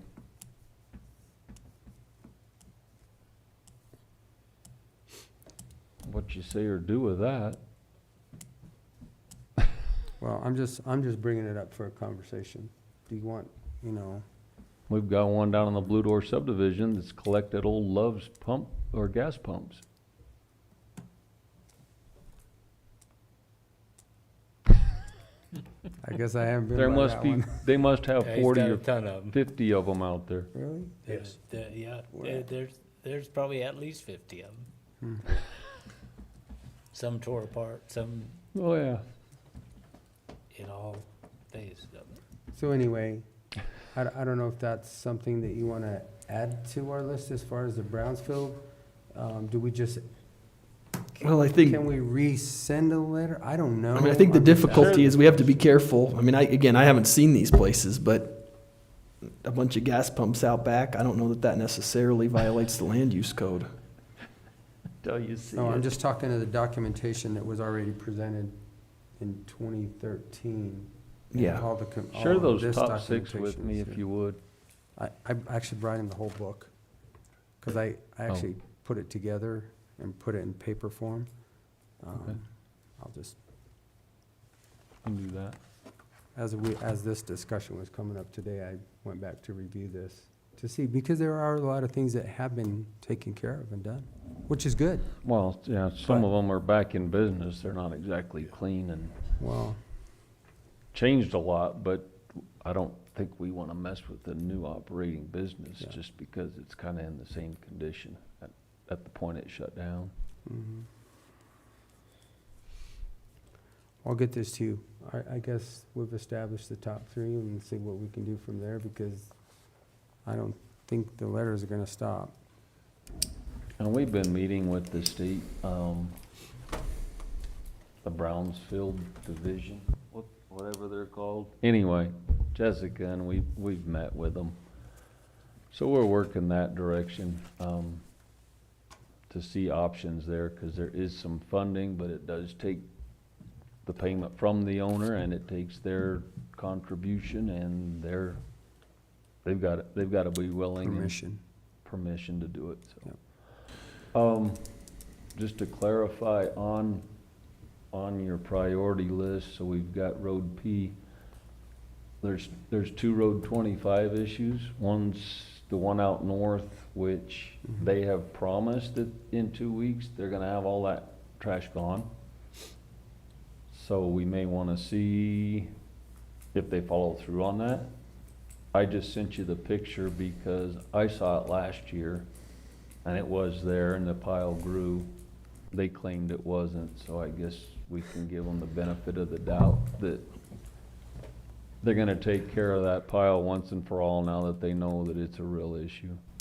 And I think we should use common sense on all these things. I mean, just because it's number one on the priority list, I don't think that necessarily, or number two on the priority list, or whatever number it is, I don't think that means that, I should necessarily sprint down to the office and draft a complaint and have it in tomorrow. I mean, I think what this means to me is, we take specific actions right now to move the ball. And then when the ball stops moving, and maybe on some of these properties it has stopped moving, then that's when we draft that complaint. And my, the way that I would foresee this is complaint gets drafted, we come before you guys, hey, this is what we've done, this is where we're at, this is what was on the priority list, authorize filing the complaint, and then you guys do that. I think common sense has to go a long way with everything. Well, And I hopefully think- they do take care of it, and then it's off the list. I Then think it's Road good. 26.5 is a real issue that I was referring to, because I guess my question is, the actual owner who hasn't had it deeded to him because they didn't follow through after probate, is living there, he's causing the problem. Do we have to do a certified letter to him? Well, so we can't go after somebody who doesn't own the place. We have to go after the owner. They're dead. Well, somebody owns it. I mean, either his estate owns it, or it's not. So, yeah, they just bought it. Now the real estate company is paying in to put up an 8-foot privacy fence because it's so bad, and they didn't necessarily disclose it to the buyers. Well, I mean, that's those legal pieces we'll work through, and we'll figure out who we need to notify. This is a trash, an animal stink, an everything issue. Well, there's our top three to start working on. You guys work together and use the most common sense that we can get it done. Hopefully the one on 25 resolves itself. And then There's it's the not other an one, issue. the Smith one on 25, they got a letter last year, and they picked up some trash, they bagged their trash, they piled it in the yard, and it's never moved. And the 4 or 5 old destroyed trailers are still there, and now their trash is blowing onto the fish property trash, which is the trash we had them cleaning up, so. You tell me when we stop. Well, I don't, Just to we're update not you gonna on stop. which one I was referring to. It's, yeah, I get it. It's not gonna stop. I've sent 22 letters this year. We knew that the minute we started this with, south of the high school. We knew what was gonna happen. The gates were open and they're not Well, and now closing. it's, everybody's got 3, 4 houses, and So, yeah, we'll never catch up. all we can do is keep chipping at the stone. Okay, I think you have your direction. Perfect. Ian and I will figure it out. And hopefully, like I said, 25 takes care of itself and they're compliant. That's I'm gonna give 'em- good. That's the easy I'm one. gonna give them time. They Okay. claim they got heavy equipment coming in, and when it quits raining, they'll be on it, so. We'll see. Okay.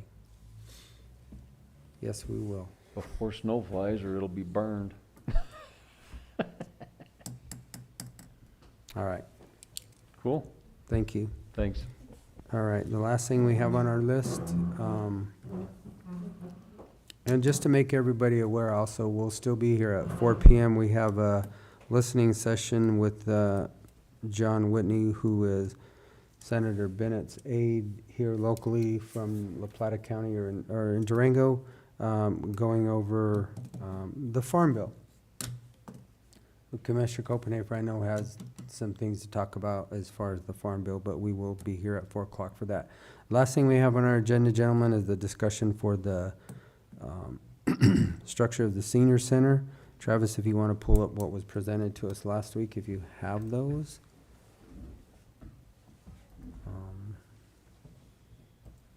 And we can talk through those, and then we can make a decision on that tomorrow.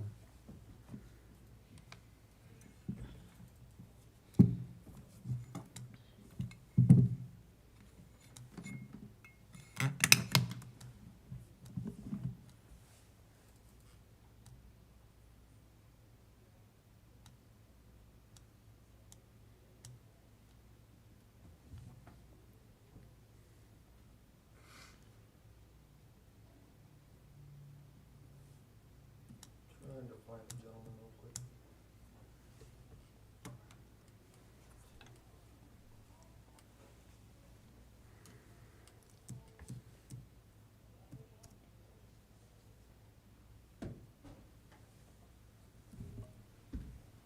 I'm looking, gentlemen, I just can't find it in here. You're fine, I'll look for it too here, Travis.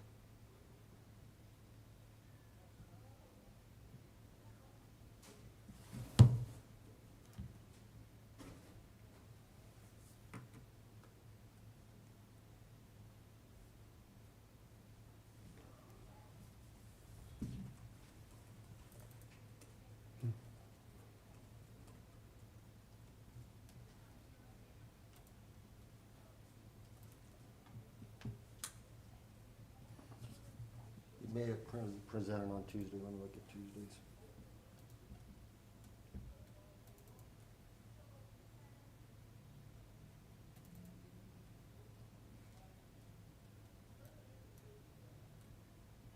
There it is. Okay, so Jonathan gave this to us, I think it was last Tuesday. What are your thoughts now that we've had time to kind of think about it a little bit?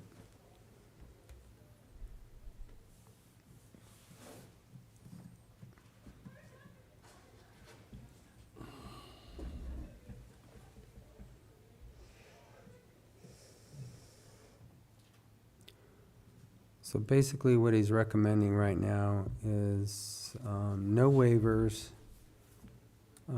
except for the annual Christmas dinner and any and all county department functions, i.e. 4-H, health, etc. $50 an hour, which is really what we're talking about, with a full day maximum remaining of $200. Which, you know, if you look at that, we're still competing with private industry. If you look at what Destination Grill is doing, what the Elks Lodge is doing, and what the American Legion is doing. So the kitchen, it doesn't sound like they really do much. I didn't get the opportunity. I forgot to ask Justin what they're doing, but again, when we talked to Jonathan the other day, we asked him to at least be consistent with the Fairgrounds. Do you have that, Travis, by chance? Okay. Yeah. Okay. So how do you guys feel about the $50 an hour? We'll start right at the top. Yeah. My only concern with that was not the $50 an hour, but the waivers. We always waive the stuff for the veterans that come before us.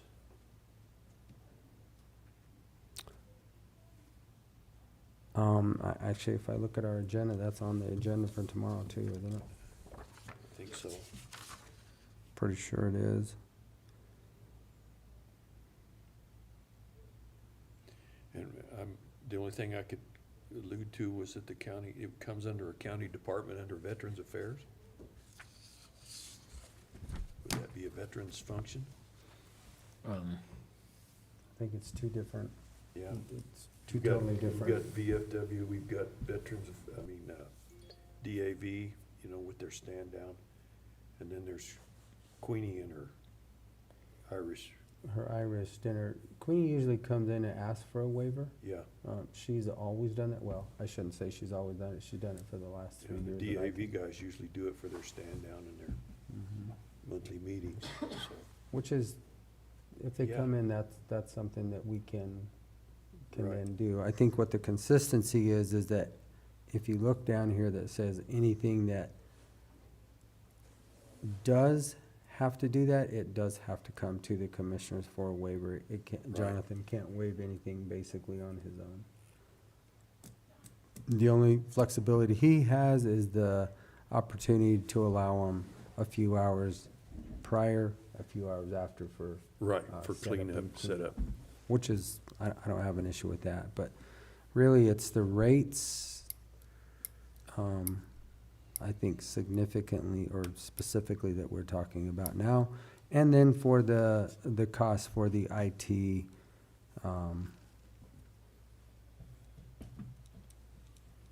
issues also.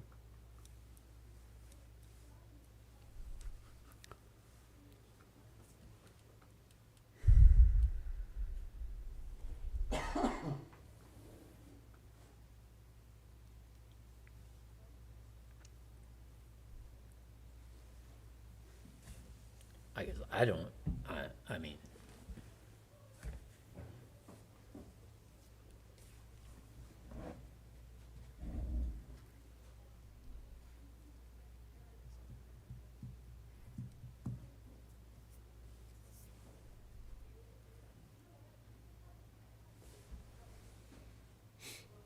I mean, we've basically had the same discussion, you know, for the fairgrounds. Right. You know, we don't wanna, we're not trying to make money, we're not here to make money, but We gotta one, pay we're the not bills. competing with private industry and we've gotta at least break even. Yeah. Um,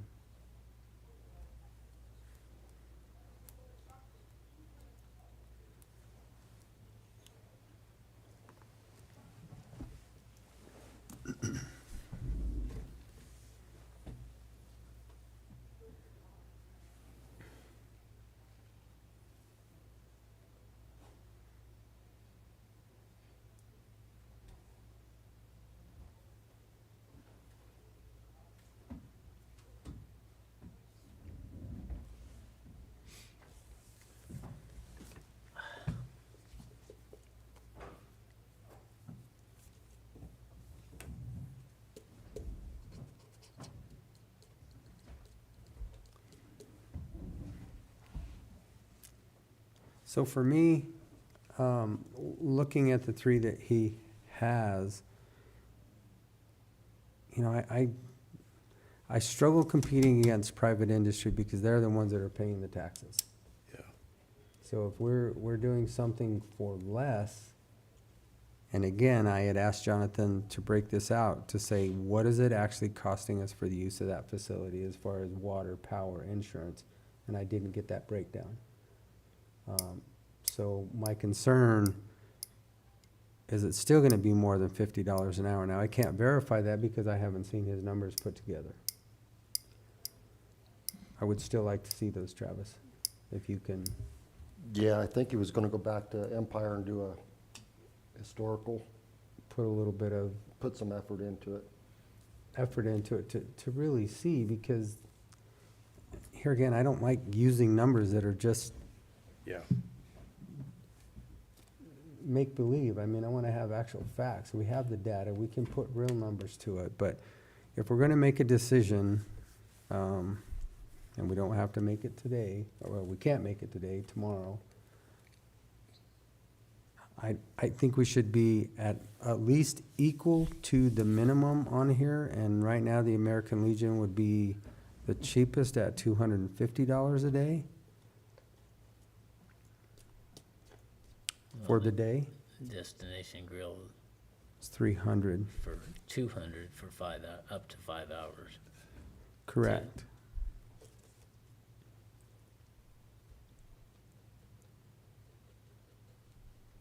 So that's a half a room. Yeah. So if you take the whole room, that's $400 for 1 to 5 hours. So if you look at the least person on there, it's $250 a day, which is a 500-person capacity, which our capacity at the annex is probably as close to that as we can get. They're not identical, but they're close.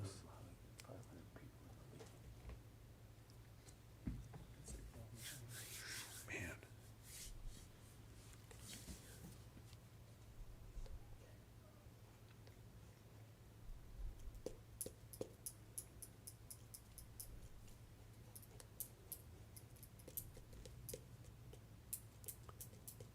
Are you guys good with the $250 a day? Yeah. Okay. Commissioner? You don't, and Yeah, that's fine. I mean, to me, I guess this hourly, Yeah, I mean, if you're gonna rent the place, to me, rent the place. so why don't we just say a half a day or a full day? We don't have to do it hourly. that's what I'm getting at. I just, So divide I it in think if half. you wanna rent the place, because the time you, I don't, if you go By in the there and time have you a set meeting up- for an hour, time you set it up, you do this thing, you've taken half a day. Yep. Yeah. You know, so I think you just ought to make a rate to rent it for $250 or whatever you guys So wanna let's set it at. structure But this that's differently, cost. that it would be $125 for a half a day and $250 for a full day. Does that make sense? Yeah. That's fine. And then he'll have the capacity to work with them on the setup up front and the cleanup on the back. Right. Okay? The kitchen, do you even want to put that in there? No, I wouldn't. Because he says really the only ones that use the kitchen are the annual Christmas dinner. I don't think I'd put the kitchen in, as long as it's covered under the cleaning deposit. If somebody goes in there, makes a mess, clean it up, keep the deposit. Okay. All right. And then, what about the IT equipment? Right now, he's recommending 40. I'd leave, to me, I'd leave that. I know what it takes up to set up IT sometimes. Sometimes it's really quick and other times it's really involved.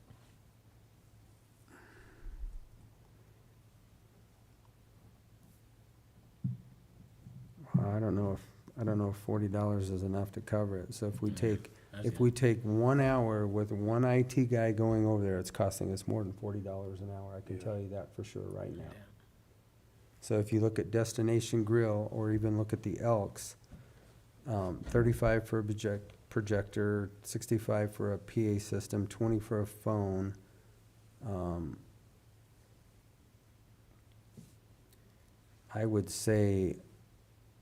I would almost say that would have to be double. If you look at the cost of what we're paying our IT guys and their benefits, I would say it would have to be, it should be 80.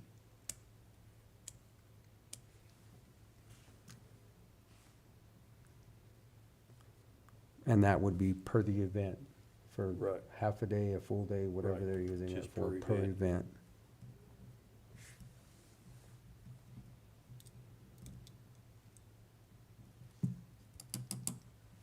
Questions, comments on that one, Commissioner? No, that's fine.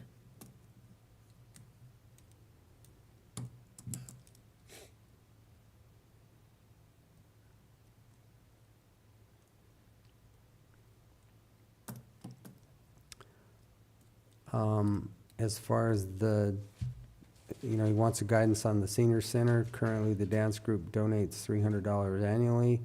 If it's a donation and they're donating it, I don't know what kind of guidance he's asking for there, Ian. If it's a donation to the senior center, it's a donation to them.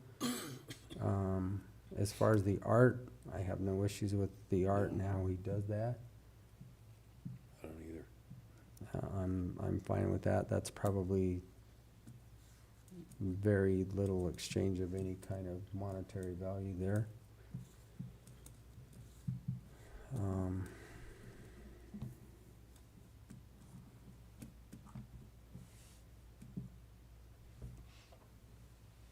Anything else we need to talk about on that one? Not that I can see, but I'm sure something will come up. Oh, I'm sure it will. I mean, as we're looking at fees, I mean, you can just see what we were Yeah. presented with today. Right. You know, we're looking at $300,000 basically more just for insurance. Yeah. Just 2 requests for another 30 grand. It just, we can't continue to bleed. We've got to stop it, and it's got to just pay for itself. It's got to be a break even, it's a zero. We can't keep going in the hole. So not anything that we really care or want to do. I think it's just a matter of we're forced. We just happen to be in the seat that we're forced to do it.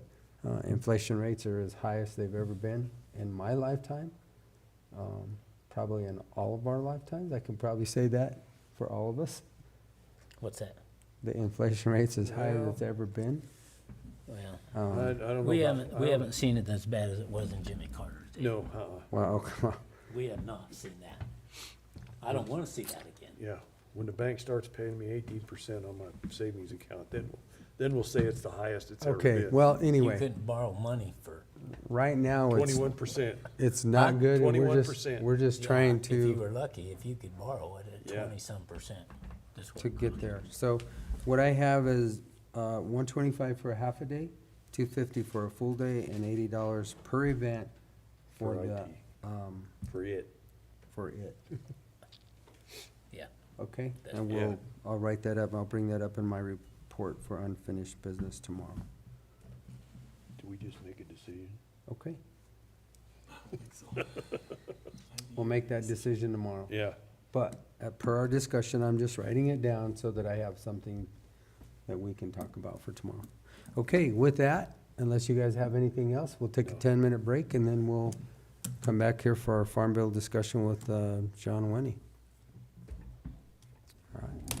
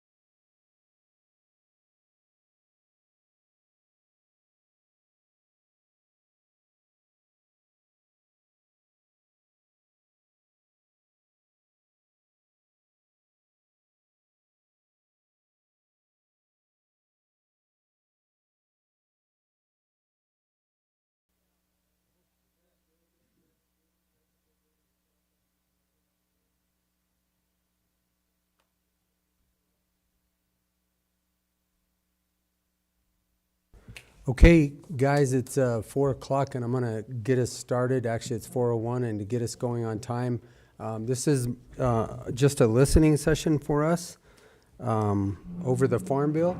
I have not had the opportunity to meet you, but you obviously must be from Senator Bennett's office or associated with John Whitney. Yes, I'm James Thompson, and good to meet you. Commissioner. Okay, we'll come down there. Okay. I had to get it started from up here. Gotcha. So that the people out in YouTube land can visualize it. This is being televised. Yeah, all three of us are together, we're Okay, that televised. was not, I didn't So know that. if you didn't go through the powder room before you came in here, you should do that. Oh, really? Okay. Folks, thanks for coming. We're still waiting on John Whitney's gonna come Okay. and Rosie from our DC office, so I'm not sure what the holdup is. I think they got pulled aside in conversations after the last meeting, and so I kind of just ran out the door and came straight here. So if you don't mind, just hanging tight till they get here, then. We don't mind, I just to let you know, you are live, you are on TV, so Great. just to make sure that you're aware of that. Yeah, that's good for everybody. I am just letting everybody know.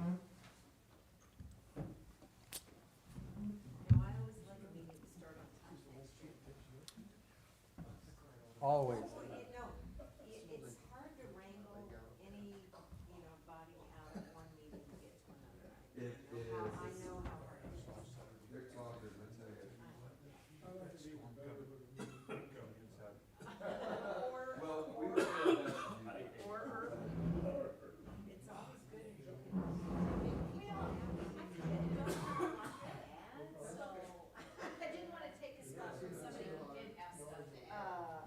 I think there's a number of. Scaled vegetables back, but then we added in flowers. Oh, we did.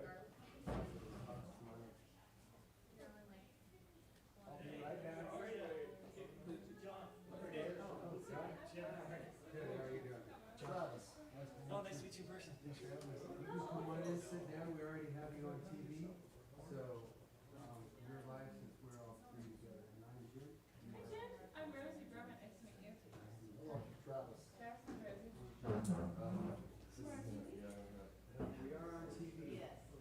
John, if you're gonna do most of the speaking, if you guys can kind of at least. Oh, we're on TV here. You are, because we're all three together.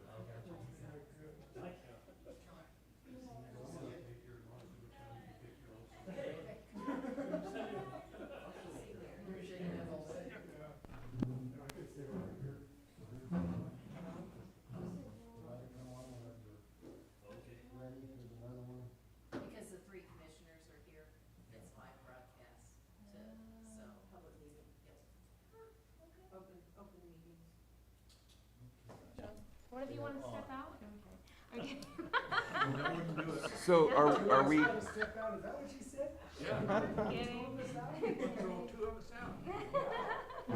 Are we gonna be passing the mic around to folks too? Is that how?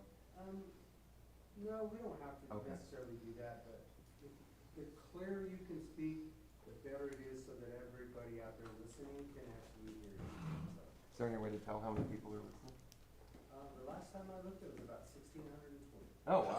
Yeah, man. I'm guessing. Well, I can put that down. We can say that we had Farm Bill meetings and we had 2,000 people come there. I'm kidding. Well, I'll kick us off here. Thank you so much, Montezuma County, for hosting us, letting us use your room and jump in kind of at the tail end. You guys were in session today, right? And yeah, so we're just, we've got our agricultural policy staff in from DC and from Fort Collins that are here just to, spend time with us out on the West Slope to visit with communities and talk about the upcoming Farm Bill rewrite that we will be doing in the Senate Ag Committee of next year. Of course, the Farm Bill, vital to our producers, but so much more than just producers. I mean, it's really our de facto rural policy bill, where we do a lot of different things. I mean, not only, agricultural programs, but also there's always a vigorous forestry title. There's a renewable energy title. So a lot happens in the Farm Bill, and it's really, frankly, a great process every time. Always a bipartisan product between the two chambers, and frankly, one of the the best opportunities Congress has to legislate and figure out solutions to policy challenges that we have as a country. So as part of that process, we'd just like to get out on the ground and visit with communities and hear any thoughts, ideas, criticisms that people have about existing ag policy, which isn't always perfect. So there's always an opportunity here to do some improvements. And really just check in and have a dialogue on what's on everybody's mind. And for those who don't know me, I think I know most people here, but I'm John Whitney. I'm the Senator's Western Slope Regional Director based out of Durango. And with that, I will turn to my colleague, James. Hey, James Thompson. I'm Senator Bennett's. I'm John Whitney's counterpart in northern northeastern Colorado, and I'm out of the Fort Collins office. But I also do ag outreach and policy around the state. Whenever I can get out, I do.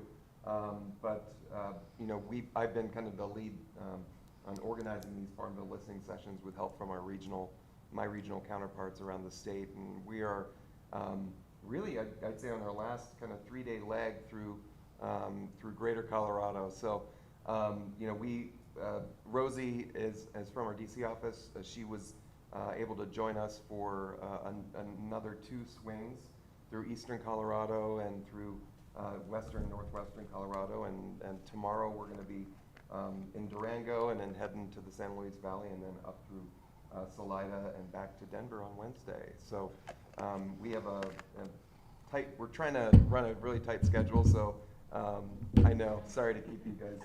That's why we were a couple minutes late. We did 4 counties, 4 meetings today, so we booked it tight here. And Senator Bennett's been able to attend a few of these as well. He kicked it off in April in Pueblo with a number of folks from the area and from statewide organizations, and Fort Collins area in May.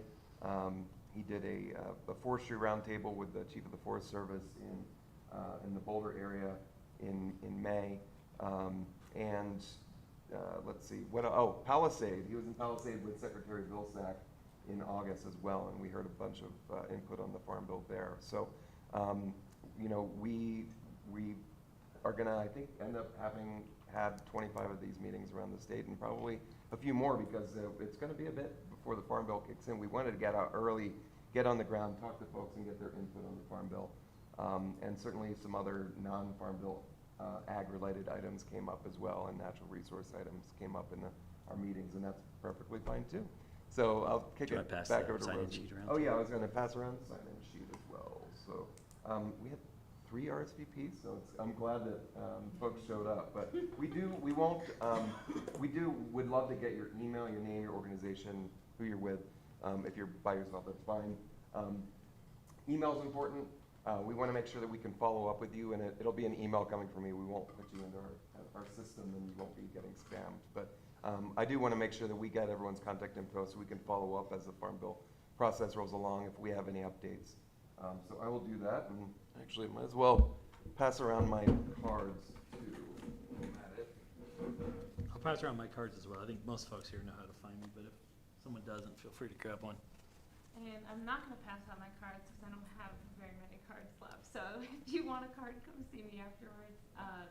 I'm happy to give out my email. I've been here 6 months and I've gone through most of them already. So, but yeah, I can just chat a little bit about the Farm Bill. So I'm Rosie Brummett. I'm Senator Bennett's policy advisor in DC on ag, natural resources, and public lands issues. And you know, like I said, been here 6 months now. I'm originally from my family farm in Michigan, and so I'm no stranger to agriculture. Moved out to DC and worked on the 2018 Farm Bill on the Senate Ag Committee. So I'm glad to be back on the Hill and working for Colorado members. It's wonderful. It's been a beautiful drive, although a long time in the car. You know, really, like we're looking forward to reauthorization of the Farm Bill. So just a little bit of background about the Farm Bill for those that are, you know, seasoned veterans of the Farm Bill or newbies to the process. It's a pretty cool piece of legislation. I think it's cool. I think I'm probably an anomaly though. But you know, this is a piece of legislation that Congress takes up every 5 years that is bipartisan, that brings together food and nutrition advocates and agriculture interest and rural development to come together and form a legislative vehicle It costs about $1 trillion over a 10-year budget window. And we go through this process every 5 years, and this year we're looking at a farm bill that likely is not gonna have any new money again. So we're, gonna have to get creative about where, if folks need more, or, if there's policy changes that are needed.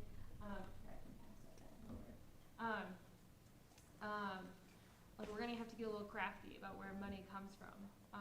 Policy we can usually change without too much of, money implication, but a lot of times things cost money. So there's been a lot of, a lot has happened over the last, the last few years, a lot of which no one saw coming, like a global pandemic that really shook up our nation and our supply, especially our food supply chain.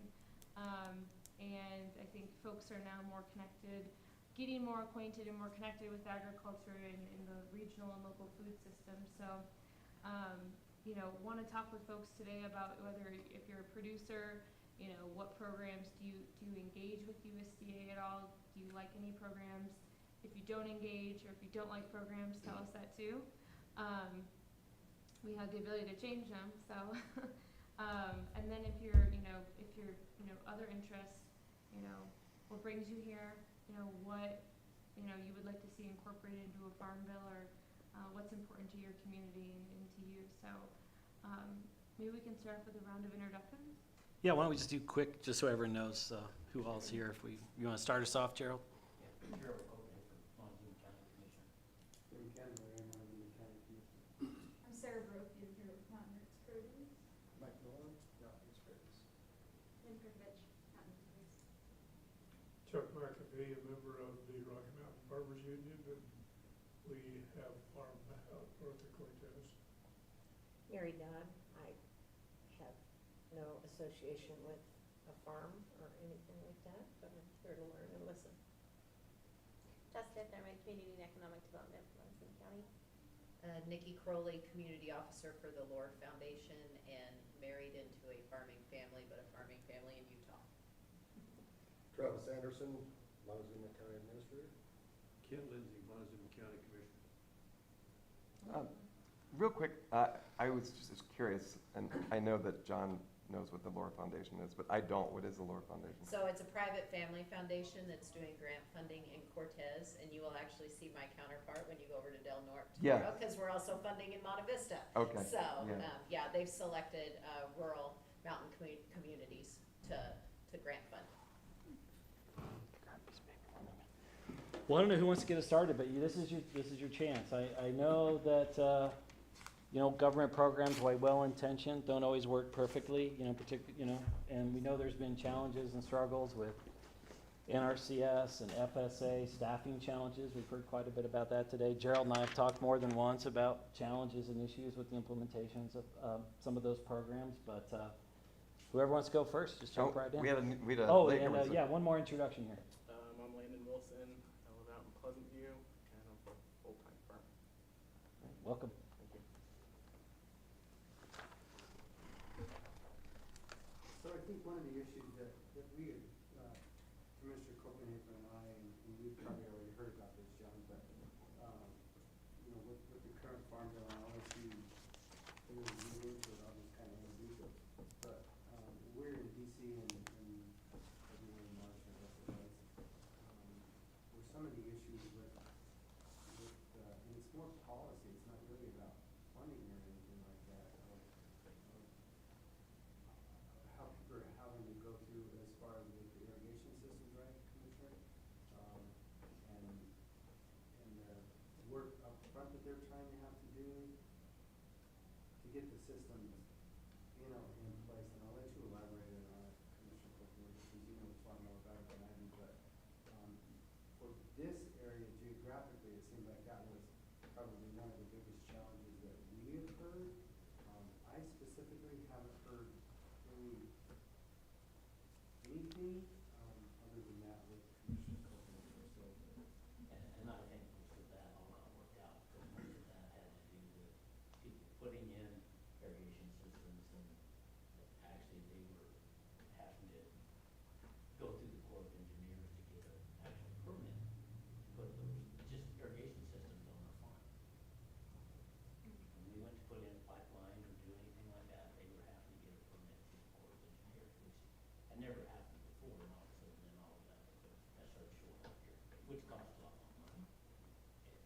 Yeah, and we flagged that for USDA.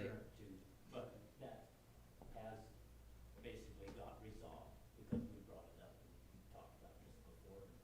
And actually it had got resolved, so we don't have to go through that process anymore. But, you know, things like that happen because you get changes in administration and all of us have a different idea of what goes on. They don't realize how much impact that has to smaller ranches and farms to have to go through that process. Get to that point where you can actually put in a system where you're trying to improve your usage of the water and stuff like that. So sometimes these things have to be pushed back about in order to get straightened back out again, and that's, it worked out, but it's just, it was a challenge even for like MBI. We were actually trying to do a continuation of one of our canals where we were actually spilling water. We were trying to build a system where we could put that back into our system, not lose that water. I had to go through that whole process. And it hassle. Yeah, and you know, Gerald flagged that for, I think you flagged it for Senator Bennett when you were back there, right? And then we followed up and we flagged it for Secretary Vilsack's office, and yeah, I think a fix was in the offing there already, but, you know, but taken care of. But if it pops up again, But, you know, a lot of times those kind of things are things that we need to bring up. If something like that's happening out here to people, we need to bring those things forward so that we can get the system corrected. So I'm not saying we need to do things that are not right, but we need to make it feasible where people can actually get it done. Because it's not feasible when you have to go through paperwork. So, thank you, I appreciate that, John, and I know that we had that conversation, with Senator Bennett when we were back there in Washington. And then also, he always seems to make time for us, every time we go back there, we are able to meet, you know, at least two or three. It seems like we'll catch two or three of the senators while we're back there, and I appreciate that, so you can pass that along also. So your guys' needs that you bring to us, when we do make these trips back there, we really are diligent about trying to meet with all of these people back there, whenever we can, whether it's early, late, in the middle of the day, we try to, capture them whenever we can. So it's critical that you also get those things to us so that we can move them up the chain. Maybe one thing you guys could do around that is be more, reach out and let us know when you're going, because I don't always know. And there may be times I really like to hand you something to work on. Okay. So just tell us in some way that. Well, I can tell you right now that our legislative session always, we always go back to DC. It's typically in the middle of February-ish, to the first of March. So if you have anything to us by the 1st of February, we're typically one or two of us are always going back to DC, to meet during the legislative, or during, it's a NACO conference, but we're always able to meet with some of the senators at that time. So by February 1, if you get something to us, we can always carry it back there. And not only that, we also have, you know, specifically John, I get to call John quite frequently on, all kinds of topics. But, you know, we can also get it going up that chain, just because we're not at DC, you know, we also have that avenue, which is really our local representative right here to help pick us in the flag, like you said. Yeah, and if it's an issue with like with USDA and like a program, I also do, we call it casework, right, where we would submit an inquiry. So we just had this conversation at a meeting earlier today about the MAP program and how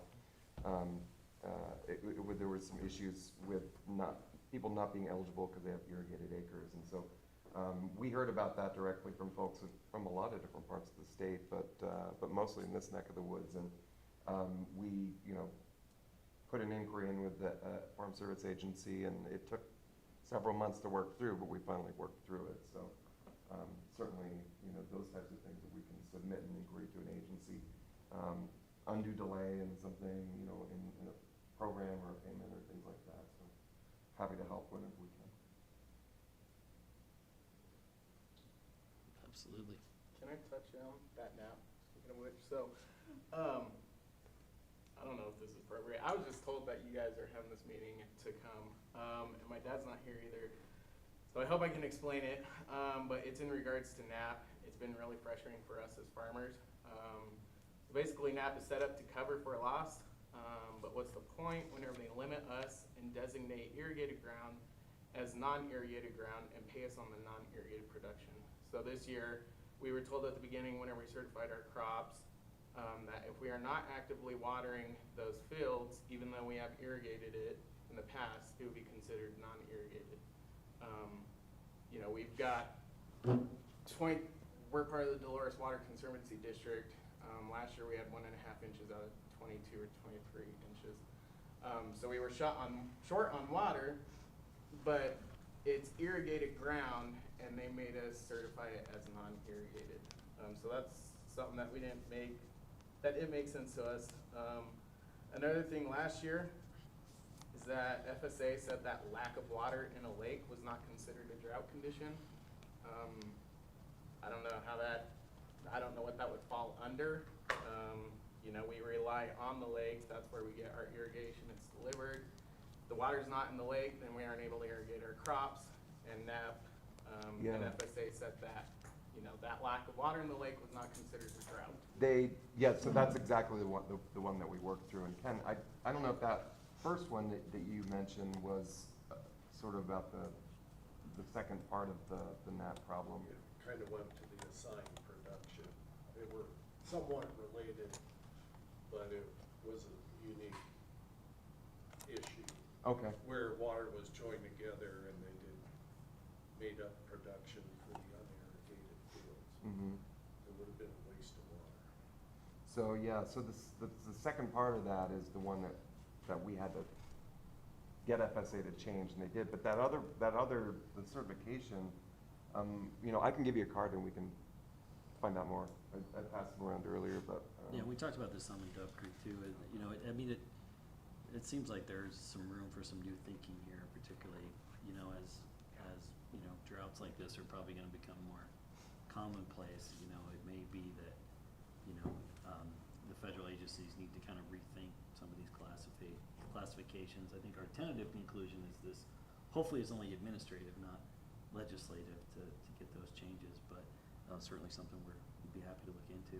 You know, Ken did a great job talking about it as similar up in our meeting in Dove Creek just an hour ago. Can I ask how many years you guys have used NAP? So we just signed up for it last year. I mean, in the past, we've never signed up for it because, you know, water's been good and everything, and that's what NAP is designated for, is to cover that loss. Well, why do we have to, you know, I understand people sometimes cheating the system, but at the same time, you know, there is no cookie cutter approach. You know, what may work in the Midwest does not work out here in Southwest, where it's totally drier, different growing conditions. we find that so much with ag programs especially. Right. Yeah, I mean, sometimes these programs are when they're originally drafted, were written more for folks east of the 100th meridian and out west. It's always a different reality, but you know, that's why it's great Michael's on the committee as kind of a senior Westerner on the committee that is able to make sure that the Western perspective isn't forgotten. And now he's been on the committee for a while, so he chairs the Conservation and Forestry and Climate Subcommittee. So that's the committee that has direct jurisdiction over NRCS and many important programs. And now that it's his third farm bill, he'll be playing an even bigger role in this reauthorization. Especially having an old professional committee staffer on our team is really helpful because she knows how farm bills are written from the inside, which is great expertise to have on our team now.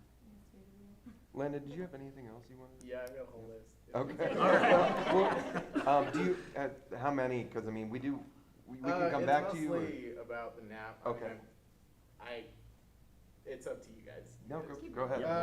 If it's the same. Another issue. thing is that USD is becoming more conservation minded. Last year we only got 1.7 out of 22 inches, and instead of putting that 1.7 of water on each field, We decided to pool it and consolidate it to get one decent crop instead of spreading the water out. However, we were penalized by NAP because we did not put the 1.7 inches on every field. And so those fields that we did not irrigate, they assigned a yield, which to me makes no sense. You know, if you don't have a yield on that field, assign it as 0 instead of assigning it as something else. So that was one of the bigger things too. Another thing is, so we signed up for NAP for a specific crop in fall of 2020, which was legume small grain. We bought the seed, did prevent plant, filled out the paperwork for notice blast and payment application. Then in January of 2022, the state FSA office told the Cortez office that the payment was going to be delayed because they had not assigned a yield for legume small grains. So our question was, why are they offering a crop to the farmers to insure when the state FSA office doesn't have the specific crop requirements set up ready for payment? So here we went signing up for legume small grains. Well, the state office hadn't even assigned a yield as of January of 2022, and we signed up for fall of 2020. So those are just some things that we were frustrated with, and you know, we've tried working with the Cortez FSA office, and they aren't the most approachable, so So these are exactly the kinds of things that we'd like to help out on when possible. You know, we don't always get a favorable outcome, but that doesn't mean we don't try. So certainly, and I would say that as these things come up, you know, reach out to our offices, and you know, it's just like somebody has an issue with their Social Security or with, you know, their veterans benefits and things like that. They come to our office, and we do our best to help them. And these federal agencies are generally responsive more often than not. So. He used some language that I would strengthen in saying that the NAP or the FSA office is not always so easy to approach. I had I still have a cost share program that finished more than 2 years ago. I got it all done, got everything certified, and still have not gotten completely reimbursed. And to me, that is just unacceptable. I think that there ought to be somewhere a place that pays attention to performance in these offices. And I'm not here to nail the people. The people I've been working with for years and my friends, and they worked with my dad, and so I don't want to criticize them, but there's something broken in a system that it used to take 3 months to get a payment. I'm more than 24 months out, and it still isn't finished. What is this for? Which program? Grassland CRP. Is that the same one we worked on? It is. You helped me get it. Yeah. You did. You got Yeah, help no, me yeah, get it. it was all ringing a bell here. Yeah, it is but, ringing a bell because we couldn't even get the program, but you helped solve that problem. And so I'm almost done. It's not a huge amount of money, but I still feel like that the process is not very clearly evaluated and managed. Well, that's one we could, you know, do an individual case.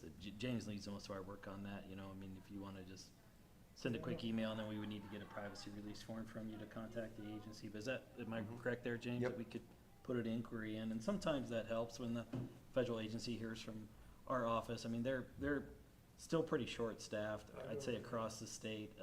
You know, there was a staffing plan with both FSA and NRCS that was kind of, you know, a stair step down for a few years. Now it's starting to go back up again to where it needs to be, but it's not there yet, and a lot of that is just there's no folks to hire. Well, and I think there's a correlation between when COVID showed up and when performance went down, and I understand that.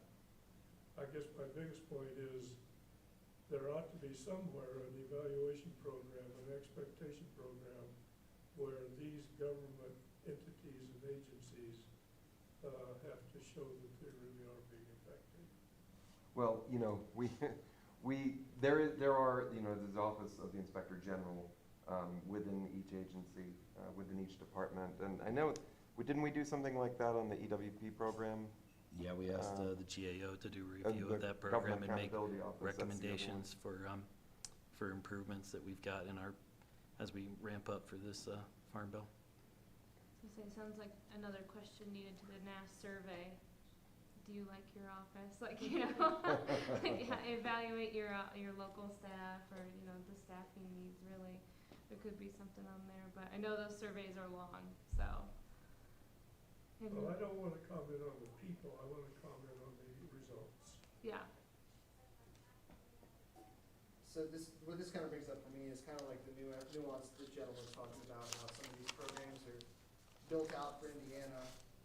When they get applied out here, they don't exactly work properly, like that kind of nuance. And I think the nuance on staffing within RCS, I mean, this would be the 4th farm bill that I've tried to participate in.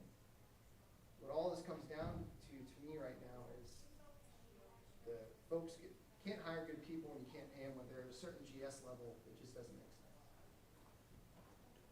And then it's hard for me to sit here and give recommendations for new programs.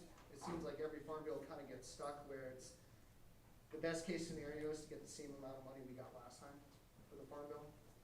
I just hope you can do that without putting programs you like or programs you need on the chopping block and have all this kind of horse trading going on to make sure things kind of move through. But kind of what it comes down to is that without the individuals in the FSA office and the NRCS offices, it's hard to implement even the most amazing program that we could think of and fund to solve soil health issues, water issues, or other things going on in the county. It's really hard, like, watching individuals buy a property or folks coming to like the Mesa Conservation District asking stuff, and they want to do improvements, and they're at minimum 24 months out, and they can't even submit any documents digitally. They have to go into the office and sign them. They have to mail them back and forth. And I get it. It's the federal government. It's paperwork. And I don't know. It's hard because I don't know how to address some of those things, because I hope nothing gets cut from the farm bill. If we get the same thing we got 5 years ago, it's not going to be bad. But it's hard to encourage people to access programs when, Joel and everyone over here are just underwater and have been underwater for, I would say, even before COVID. Are they just severely short-staffed here right now? I mean. Yeah. How many folks? And right now they're also, like, talking to Joel about it the other day, it's like they're having trouble finalizing projects because of inflation. I mean, we're having the same issue piping the Weber Ditch company, Weber Ditch right now. We went from a $3.7 million, I know I've talked to you about this, John, but like $3.7 million project to almost $11 million project purely on the cost of labor and pipe price. And we just don't know what to do.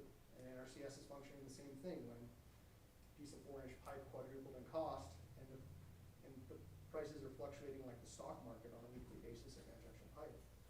It makes it even more challenging for them to implement projects.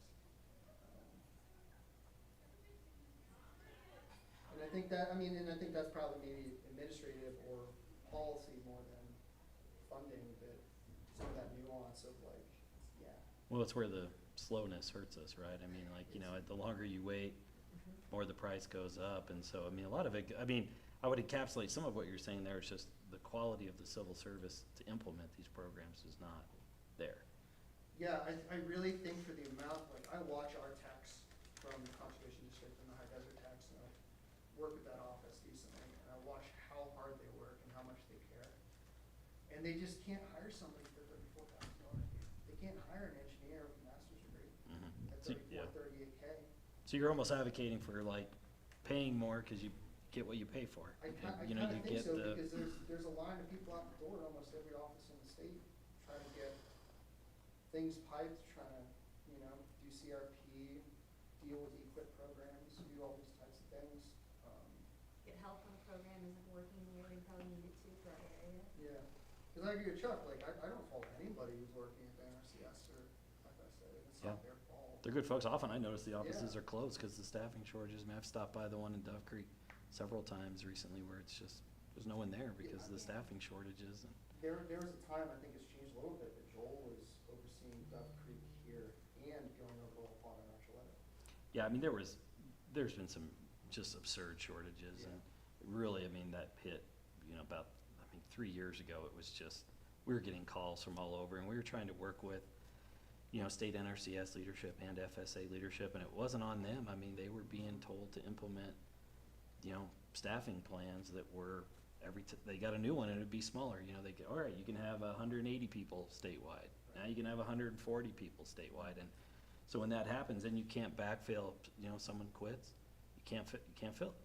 And so, you know, now I think those staffing plans are going back up, because I think there's been justifiable anger and frustration statewide that we've all certainly heard. I mean, Michael has spoken personally about it to senior officials, both in the last administration and this administration, to say that we just need more boots on the ground.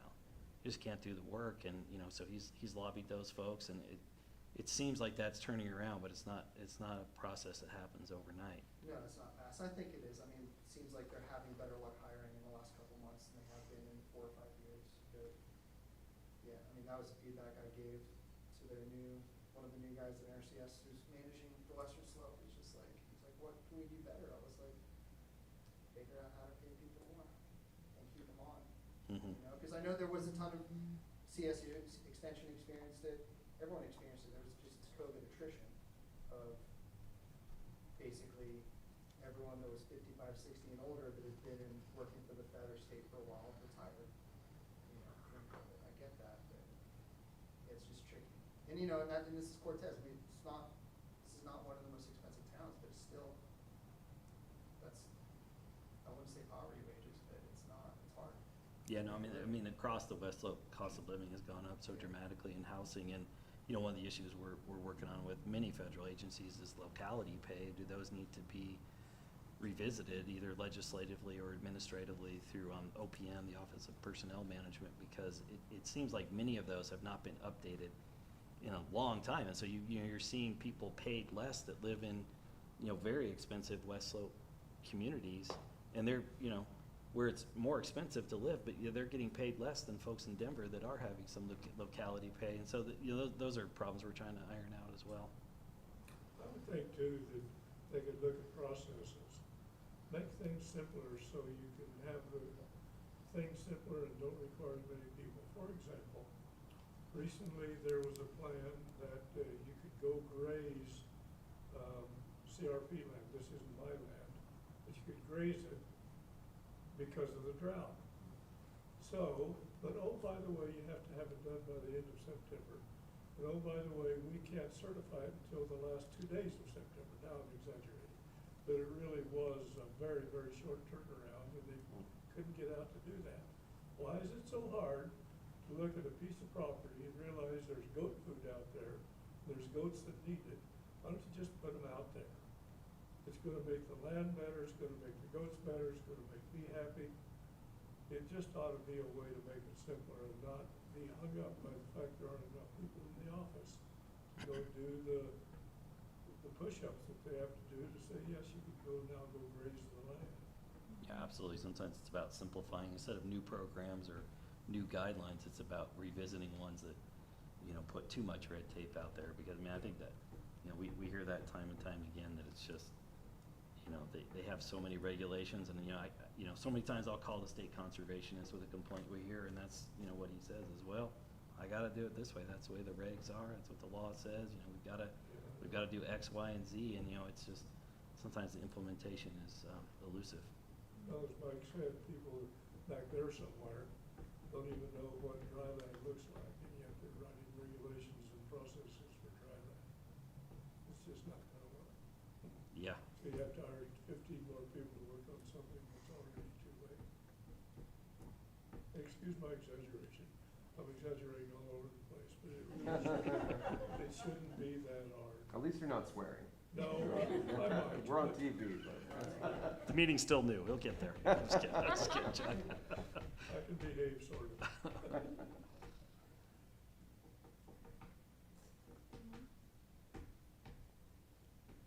All the conservation programs, we talked about Equip. forestry, we talked about. Yeah, when we talked about equip, I mean, equip, it seems like there's more need for equip with climate change and drought. Is that a fair statement? I think it's fair. And the changes that were made in the last farm bill of being able to, you know, if you're piping a ditch, and not having every single landowner sign on, and having the company sign on, and then bumping it up from individual payments to like that, was it $900,000 cap? I think now, like, that's great. It'd be great Yeah. You know, like, Mhm. and I'll say this, I'll throw a compliment out on that too, is that there are things that I think, with regards to paperwork and stuff, some of the microloan programs and some of those other things that have been streamlined. There are some programs within EQIP, like the high tunnels and some of the other salinity monies and stuff like that, that's relatively streamlined. I would love to see that streamline come to as much as possible. I do find it interesting that I could go get a microloan and fill out one piece of paper, two sides, and then if I go $1 above what the microloan is, I need to fill out a stack of paperwork that's about 6 inches tall. It's almost an incentive to keep it right below the cap, Yeah, right? and I And what think is the cap on microloans right now? Is it 30? I can't remember off the top of my head. But I mean, that kind of stuff is brilliant, like, you know, to be able to, especially for small producers, beginning producers, small acreage people, individuals that they just need to go, they've got a good hay crop, they don't have a swather, the neighbor swather's broken down, go get a loan real quick. You know, that kind of stuff makes sense. Yeah, and salinity issues seem to be worked out now, right? I mean, we're not hearing many complaints about salinity funds these days. I mean, I remember rewind the clock 10, 12 years, it was more problems you can shake a stick at, but it seems like those are all worked out now and funds are flowing effectively and well. Yes, no? Yeah, I mean, you know. I mean, if there is a you problem. talk about like bureau Yeah, ceremonies? yeah. Yeah, I think, you know, my understanding is they're not doing a FOA this year because they have to take all that money and kick it back to a lot of the other projects that can't get implemented apparently because we can't afford the pipe. Like the bureaus signed off to pay for our extra difference off the pipe, but we're still in the hole for the Weber ditch. Yeah, I think it's there. I think what happens with those grants, and this is just the grant world, is that everyone always tries to stay competitive, so you end up getting it as low as absolutely possible. And like, I mean, if we tried to do the engineering and put this in right when COVID was starting, we would have been fine. Like the root rat would have lucked out really well with their timing, but we're in a hole. And we're in a wait holding pattern. We'll see, maybe there's farm bill monies, maybe there's something else out there. Infrastructure dollars, perhaps. Infrastructure dollars perhaps, and I'm chatting with somebody at the state about that, because I know someone's gonna hit the CDA, so. Yeah, I mean, there's a lot of federal money moving through the system now from the infrastructure law, you know, particularly for, you know, small-scale storage projects that can be, you know, very useful in communities. I think the first notice of funding availability is out on the streets right now on that. I can't remember offhand when it closes, but, you know, those infrastructure dollars are starting to hit the ground, and you know, we're very excited about that. I mean, it was early in this administration, one of the big things Senator Bennett did is, you know, round up a group of Western senators to send a letter to the administration saying, you know, any infrastructure bill has to have a very strong Western water title for funding, and we ended up with $8.3 billion. I always forget the number exact, but you know, and that money, you know, it's there and it's starting to flow down, and you know, we think it's going to really make a difference for a lot of producers and communities, and you know, when it's fully implemented. And then we got an additional $4 billion for the Colorado River Basin for the challenges we're facing there, which is a whole other thing.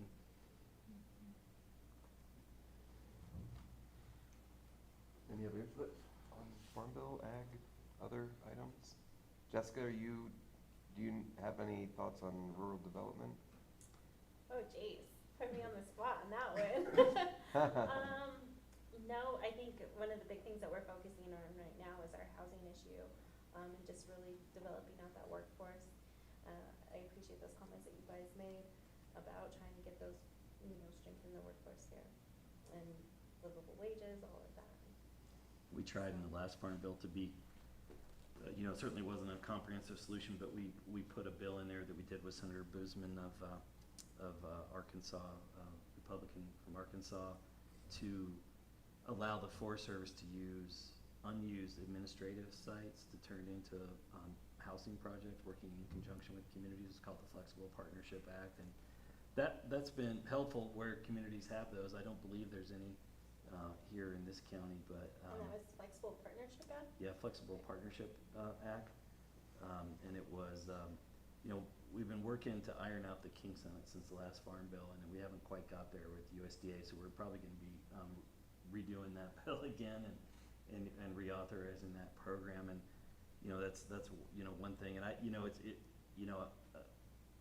I haven't verified that there aren't any parcels like that here. The San Juan National Forest hasn't been as eager to jump on those, but if you guys do know of like a, an administrative site that the Forest Service has that can be used for that, we're hoping to iron out all the kinks on the White River National Forest. There's several pending projects there where communities are literally investing millions of dollars to ramp up and get some significantly sized housing projects. So, if there is, a parcel like that that could be identified that the San Juan isn't using, that they're open to using. Yeah, that could be definitely. We're helpful. gonna meet with the federal agencies next week, actually, to discuss that a little bit further, BLM and Forest Service, National Park Service. Well, ask them to look at their inventory of Definitely. administrative sites. That's It's not for okay. general Forest Service acreage, but if it's an administrative site, they decide they no longer need, and there's one over near Durango that they're kind of on the fence about, like, yeah, we might not need it at some point, and then it could become, help with that. I mean, it's not gonna fix it, but, even a nice project that can, put in place another 20 or 30 units is helpful. Definitely. Are you aware of any communities or local organizations using rural development dollars? Not that I'm aware of. I've had some conversations, and I'm fairly new in my position, but I know our grant writer and myself, we have been talking about how maybe we can access some of those funds, some of those CDBG dollars and whatever have you. I've made a reach out to our local USDA office so we can kind of sit down and vet to see if there's any projects that would coincide with maybe our CDAPs or our CDAP or SENS project identification as priorities with USDA funding. But as far as anything right off the top of my head, I don't can't think of anything. Any commissioners, do you guys can you think of anything at this point? But hopefully there'll be some room for that, because I know those dollars are out there. One thing we talked about in Redville this morning, I just thought I'd mention is, I think they're gearing up to do a Watershed Act study there, which is, kind of an existing statute that dates back quite some time, I think the 1920s or 30s, if I'm remembering right. And, we're seeing more and more communities around the Western Slope doing a study under the Watershed Act, which, you work on with NRCS, and then then that clears the way to open up additional federal funds through the Watershed Act within the community to do, work on rebuilding and replacing and augmenting water infrastructure and watershed quality improvement projects, and it opens up a little more, competitive advantage, particularly to go after some RCPP funds, a Regional Conservation Partnership Program, if you do a Watershed Act study. So it's something to consider here, that, it may be worth doing.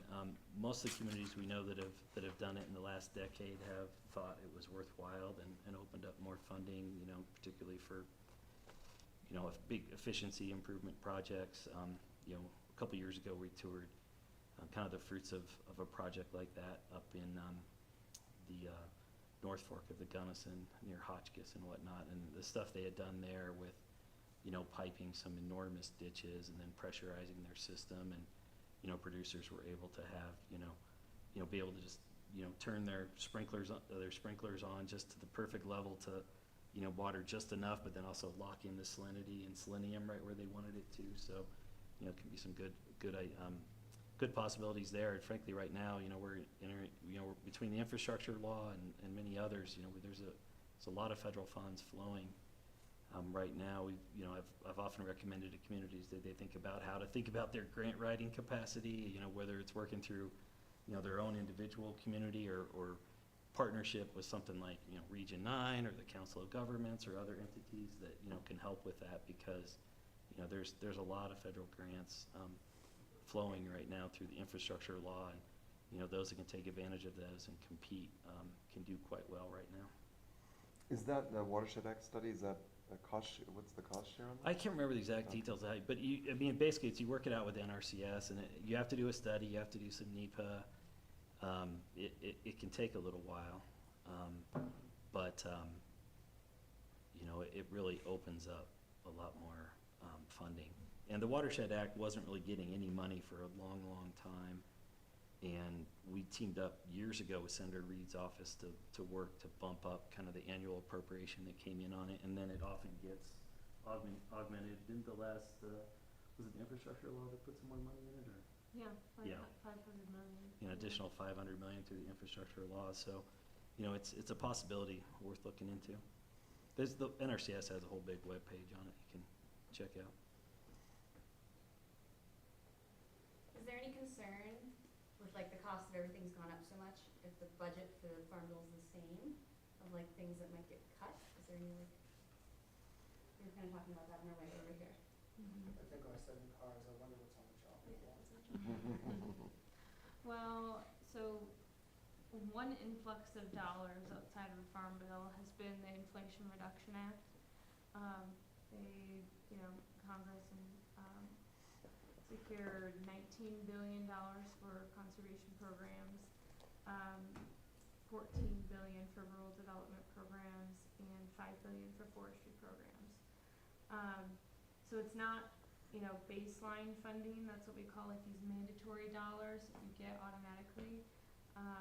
But it is an influx of dollars, and it does take some of the pressure off of, you know, the unmet need that, you know, especially like EQIP, you know, the need has been so high, but yet it can't compete with, you know, when that small of a pot is, it's only $2 billion annually right now, and when you're spreading that across all 50 states, it doesn't go far.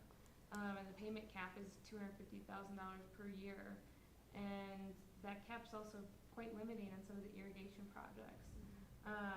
So, you know, this influx of, you know, $19 billion, it's not gonna hit all at the same time, like it's gonna happen annually. It will be an increase and a beneficial one, but hopefully, you know, that alleviates some of the pressure. So conservation programs are in a pretty good spot. I think, you know, folks for the most part like crop insurance. I think there's just been some policy tweaks, especially with, you know, the NAP program, which is administered by FSA. You know, that hopefully shouldn't cost a ton of money. But the other thing that we've been hearing about is a standing disaster program, and folks want to see that. And, you know, a lot of money's gone out the door between, you know, trade facilitation payments that came out, the coronavirus CFAP payments, WIP Plus. It's about $40 billion a year that we've seen go out the door, and you can't find that that money, the sheer dollars in a farm bill process. So, you know, I get worried about, you know, if we want to stay in a disaster program, that's where, you know, a lot of these good programs, the bread and butter programs that folks like, you know, really will be at risk. And I think, you know, we're of the stance that, like, unless it's new money or there's a pay for, don't cut, you know, what's working. So, and like the volunteer and conservation programs, don't cut crop insurance. So,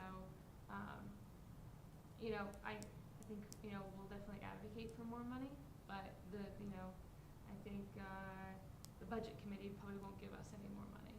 So. Yeah, and we've had a lot of input from some other meetings about wanting to have a standing disaster program is how you termed it, but have something permanent in the Farm Bill for disaster, where what we do now is we do it, you know, when we need to, right? And then we change the name of the program from WIP Plus, what's the ERP? Yeah, what's the new one now? There's so many acronyms, right? So, and then they all, when they roll out, then they take forever to get the guidance in order that they can administer it, and so people are getting disaster payments 2 years after they have the disaster, which is not acceptable, right? So there's a thought that if there was something more permanent, that there would be, I guess, you know, wouldn't have to go through the red tape so many times each time that Congress, you know, passes it. So the funding would be an issue, however. So it's probably not likely. I don't know. Depends on who controls the House and the Senate. So, yeah. Sounds like 2 years of waiting is standard, right? Whatever you need, wait for 2 years. Yep. And if it's an emergency, you know. I've been trying to get them to use the plan loan. He's probably able to make us for, it's been 2 years. Yeah, oh good. And it's still not done. Still. I guess we're all in the same boat. being treated. What project is that, Gerald? That my son's got, maintenance that 90 acres, my daughter-in-law still owns it. Put an irrigation sprinkler system on. It's a gravity flow system and Yeah, do you work with NRCS or? still in the process. Yeah. Shouldn't be that hard. should A it? little bit of, Shouldn't be that hard. I changed one part of it in the middle and that just, just flew out. You know, a lot of us talk about, you know, like length of time to get money out the door and, you know, staffing and everything, you know. I'm curious how folks feel about third party, you know, providers, you know, TSPs or, partners with, you know, with stakeholders, you know, NGOs, like friendly NGOs or, you know, even like, I see you were in like the National Farmers Union, you're with Rocky Mountain Farmers Union, you know, if they're able to help, you know, get some of this money out faster or work to, you know, kind of like the irrigation district has been, you know, going along and bundling applications. Like, if systems like those are working, can we like mimic those more often? You know, and really cut down on NRCS staff time, you know, cut down on your time too, like save you time as well. I think the TSPs are a little bit limited. I mean, that's a process unto itself. I do think there are third parties out there that could alleviate some of this backlog. But that's a little bit deeper than I have personal experience with. Well, yeah, you asked a good question, but I don't think I'm knowledgeable enough to answer it. I don't know about those other things that might be helpful. If they could be, I'd love to figure out ways to work with them. I want the outcome to be good. I'm not tied up with the process.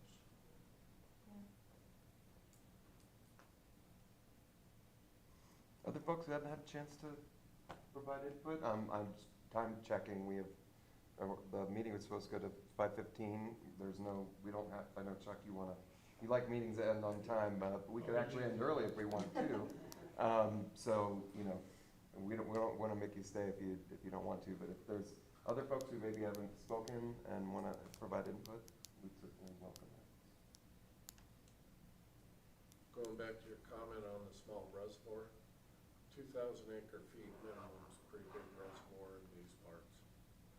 Is that what the NOFA out right now says, 2,000 acre feet? Yeah, that was put in the bill, and there is potential for smaller ones. I suspect, I'm not sure where the number came from, but it might fit larger areas than a lot of rural Colorado. So we should have that number be smaller, huh? Probably closer to 200, or kind of depends. I'm not familiar who it was targeted at, individuals, small districts, or small organizations. But 2,000 is a healthy size reservoir. And we raised this with, you know, and I think there's some territory in which NRCS doesn't feel like they have the capacity or like the expertise to do those larger reservoirs. And so that's where the Bureau of Reclamation can help out some. But then we have like this gap where we don't have the expertise of NRCS staff to do even small reservoirs even. So yeah, I've heard that as an issue before as well, so. Really cuts out regulating reservoirs, which is what some systems need. I don't think there's a lot of room for storage in our area. What's there has been built. Yeah, there's not a need for little, smaller storage facilities. It's more a problem of filling what we have now, right? Yeah, and if that were to apply to Summit irrigation, they'd be too small for that particular program. Maybe they have access to other rehab, but I don't think any of theirs reach that 2,000 minimum. Yeah, it tends to vary by region, you know, up in that, where we were in the West End this morning, it's a little different up there. They probably need a little more storage. Just gotta figure out where and how. So flexibility possibility would be very helpful. There's several places around here where, for dam safety and stuff, is taking these reservoirs out. We have one above Mancus that's, they haven't put any water in it, what, 4 or 5 years? Can those be Dam rebuilt? safety, and there's not enough users, there's only actually supplies water, three, 4 guys. You know, which, Three or four that's, farms. what was that? Sellers complain. Yeah, sellers complain. And, but they can't afford to fix it. It's too expensive to do what the dam safety wants them to do. Yeah. So they can't afford to do it. Water runs through it and out, so it limits their capacity. It would fit in that. I doubt there's 2,000 acre feet in that thing, probably 1,000 acre feet. But it's, Have they looked at the dam safety funds under the infrastructure law? There was. I don't know what it would have done, John, tell you. Yeah, I mean, there was a big tranche of money for dam safety funds, and I know we joined with a bunch of other Senate offices to send a letter to the feds, pushing for it to be administered in a thoughtful way and quickly, but I don't know if something like that could come into play for an inactive reservoir or not. We'd have to dig into the fine print. Same way with the one over on Red Mesa. It's the same deal. It's all- The one on Red Mesa, you said? Yeah, it's the same deal. It's basically shut down with dam safety issues. And there's not enough users to afford to go in there and spend $100,000 to fix it. Yeah. They can't. Could they take on O&M if most of the bill was paid for? They think, yeah, well, it might be worth looking into.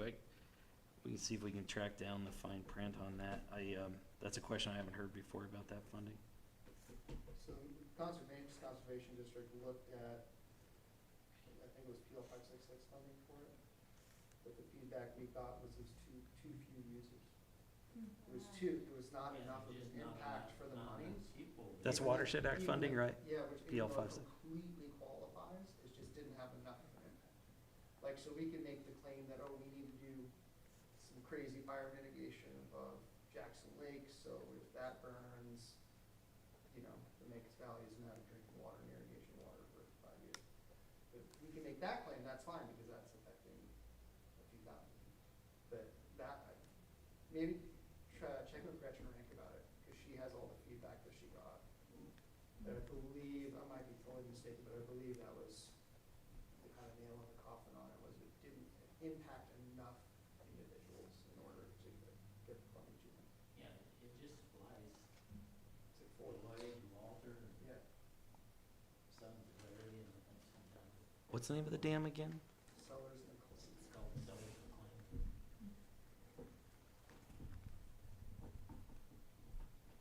But the one that Greer's having over there on Red Mesa, that there's, and I don't know how many there, and it's kind of the same deal, there's just not enough people impacted by it.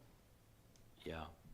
Well, I mean, that's what OMB is always gonna insist on for the federal government. I mean, there's gotta be a, big enough tangible return for enough people to be a wise use of taxpayer dollars, so they're gonna, assert those standards and whatnot, so. Yeah.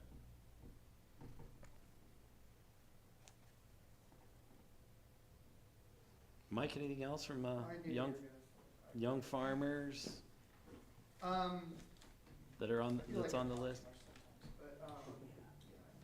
sometimes, but, I think if I could just make a little for keeping things in, potentially funding them more, it's, BFRDP, LAMP, Farmers Market Promotion, like all those small grant programs, all those $250,000 caps. I remember when I met with Tipton about this years ago, and asking him to support some of the stuff as the farm bill was getting tossed between the House and the Senate. $250,000 in a community like this is a lot of money. It's a lot of money. Like those sorts of funds help Southwest Farm Fresh startup. They help, all the programs going over at the old Port in Hesperus. They're really good. They're small. They're usually smaller pots of money as a total, but they're kind of a boon for that beginning farmer rancher, that beginning kind of cooperative food distribution stuff. All the monies that were kind of hitting all the food banks regionally, I mean, that stuff was, especially during COVID, that stuff was amazing. Yeah. So keeping a lot of that stuff, and I know, I feel like every year those things tend to be on the chopping block or kind of debated. They don't have as big a, It seems like they yeah. changed the names of them all last time, I don't know everybody. Yeah. They all got renamed. and all They that. don't have as big a constituency, so it's really good to speak up for those, because I think you're right. Yeah, I mean, they're not huge dollar items in the Farm Bill, but yeah, in small communities, they go a long way. And I think Rachel Landis is gonna be in our session Yeah. tomorrow to talk about, you know, some of those programs and the incredible work they've been doing, and, yeah. Just think of all those value-added producer, like just to have, be able to have any individual in Montezuma County be able to access certain funds to be able to take some wheat and process it and make a value-added product and get a storefront in downtown Cortez. Mhm. Do that kind of, it's just, those things can really help, Absolutely. you know. But I don't have much of the young farmer stuff anymore, because I'm now 41. Do they kick you out, man? Pretty much. All right. Fair enough. Fair enough. It happens to all of us. Pretty much. We were both younger when we met years ago, right? That was like 2 farm bills ago, I guess. Yeah, if you were to look at the Cattlemen's Association meeting out of Little Saratoga, like me and Jim did, see how rural the ranch and farming population in this county is. Yeah. I wish the Farm Bill could fix it. I don't really know how to. But you know what, my observation, being an old farmer, is that there's a lot of young energy coming in small operations. And I feel like anything the Farm Bill can do to support that growth and to support small operations and to help them make money, to make good decisions would be good. And I have an opinion, but I can't support it with any facts, that a lot of what goes on in the agricultural support world is really geared towards big operations. And I would very much like to see that to become focused more on small operations. Yeah, I don't think you're too far off there, Chuck. I think, you know, Mike talked about what the micro loans are certainly helpful, but yeah, I mean, by dollar, a lot of the Farm Bill programs are, you know, large commodity growers, which is an important part of our food supply for sure, you know, I mean, corn, wheat, soy, But when we you certainly go to need them, farmer's but, market on Saturday morning, yeah, that is not populated by big farmers. That's populated by 2 or 3 person operations working their butts off to feed me. And I Yeah. really do appreciate it, and I'd like to do anything that we could to help them have a better shot at being successful and having a life. yeah, I mean, I think we hear from that constituency that they always don't feel there's stuff for them in the Farm Bill, but I mean, the farmer's market, you know, promotion dollars have certainly been good, but, you know, I think that is a lot of the future of ag right there. There are a lot of young people, you know, that, you know, I see them, I try and get to the Durango market every time I'm in town on Saturday, and there is a lot of energy, there is a lot of enthusiasm there, but I think a lot of those growers don't feel that the Farm Bill programs or the federal agencies are really well tuned to what they need. I think So- it's a fair assumption. Yeah. I mean, even when it comes to crop insurance, we considered accessing whole farm revenue. And there was only one person in the state in the FSA office that could even try to underwrite it. And it was just so convoluted that it just didn't make sense. When the premium was really high, and it was like, we should just take the gamble, like we do every year, and There were certain things in there that a few of us tried to apply for, and stepping back, like, I get it, they were gonna insure you on 80% of your 3-year average, you know, I get it, it's complicated to insure something that has 40 different crops on it. The kicker where we turned it down, and a couple other people turned it down, is that even if we were to have a hail event, even if we were to lose irrigation, we could prove that kind of stuff. But they still wanted us, similar to some of these other crop insurance programs, still wanted us to harvest the crop, quote unquote, or spend the cost of production in, and we're like, that doesn't make sense. like if we had a season-ending hail event, we're not gonna keep our crew on and incur our normal annual expenses, and I guess our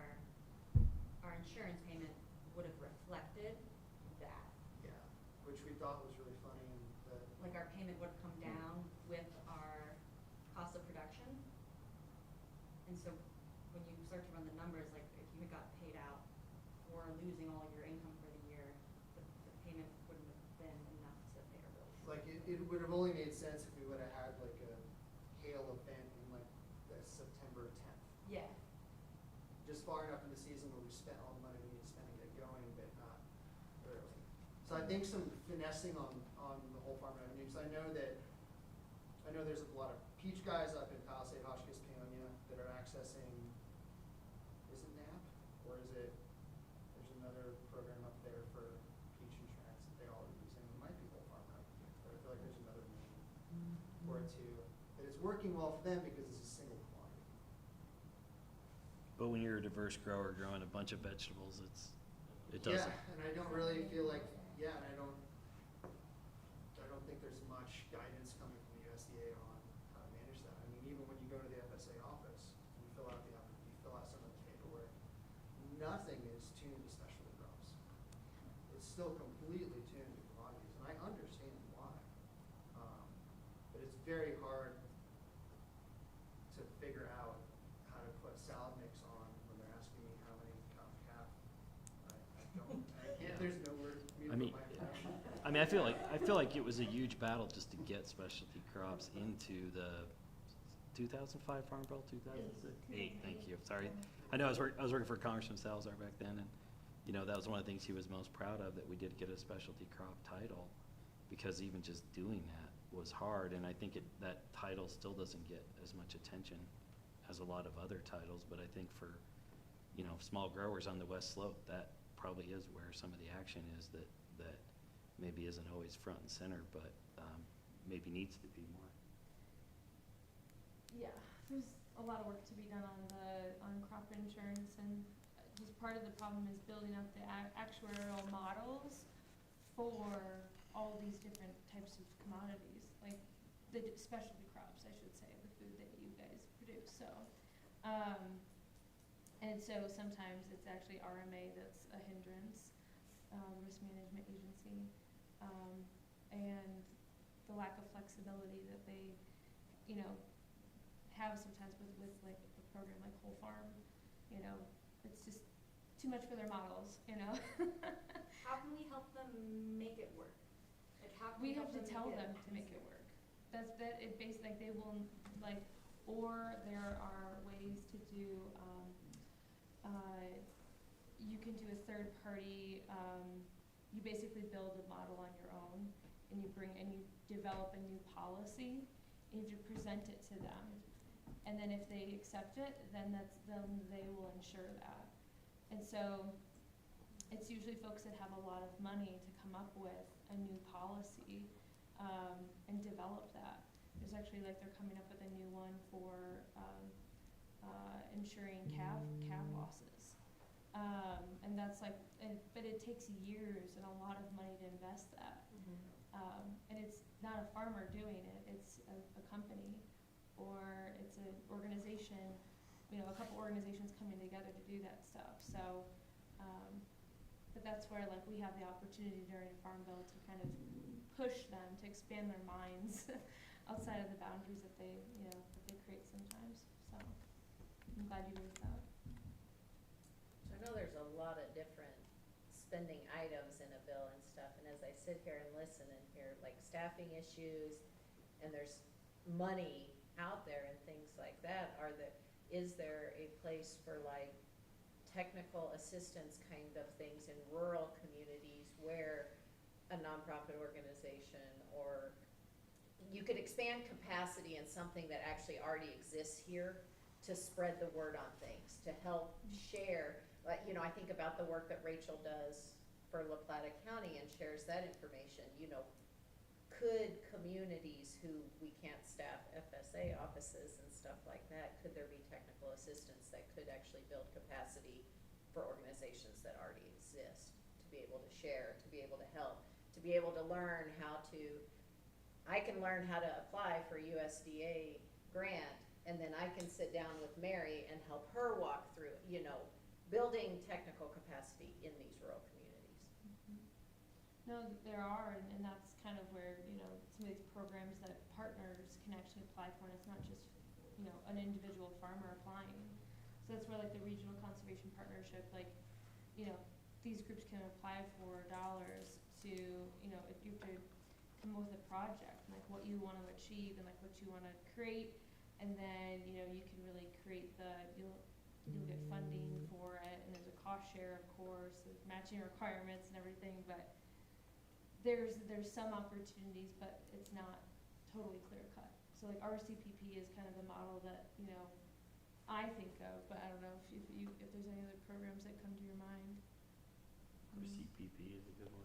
Yeah. I mean, that was kind of designed to do just that, kind of bring in those partnerships of NGOs and others, and, you know, I think, you know, this community could really, you know, think about looking at some big RCP projects. I mean, it's.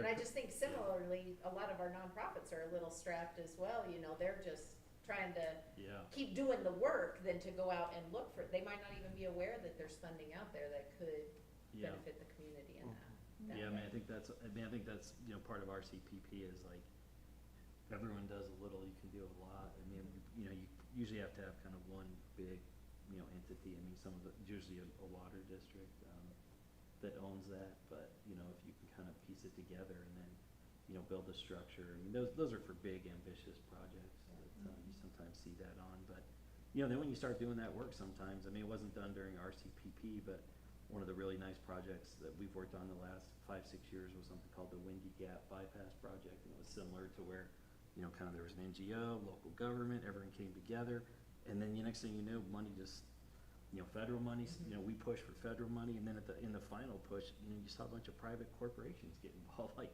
Pepsi and I think some others, you know, started pitching in money because, you know, a partnership, you know, kind of begets success, and people are like, hey, something cool's happening here, let's all be part of it, and in that, you know, in that case, they were able to do a really ambitious project to literally reroute the Colorado River around an existing impoundment dam and create a bypass channel to restore the free flow of the Colorado River, which a lot of people really wanted to see, you know, and both NGOs on the conservation side, but also local government and the big water district up there, Northern. So, you know, whether there's an opportunity to do something big, bold like that here, you know, maybe it's up for this community to decide. Well, and I'm not always thinking big, bold, I'm thinking the micro loans to small, like, how do we make sure that our people know that this is here and this is available, and, you know, educate the community and stuff, so. Do we need to pop the limit up on the microloans, Mike? Yeah, I mean. Because especially with inflation, I mean, 30,000 isn't what it used to be, right? Yeah, we looked at getting, there's also the storage facility loans,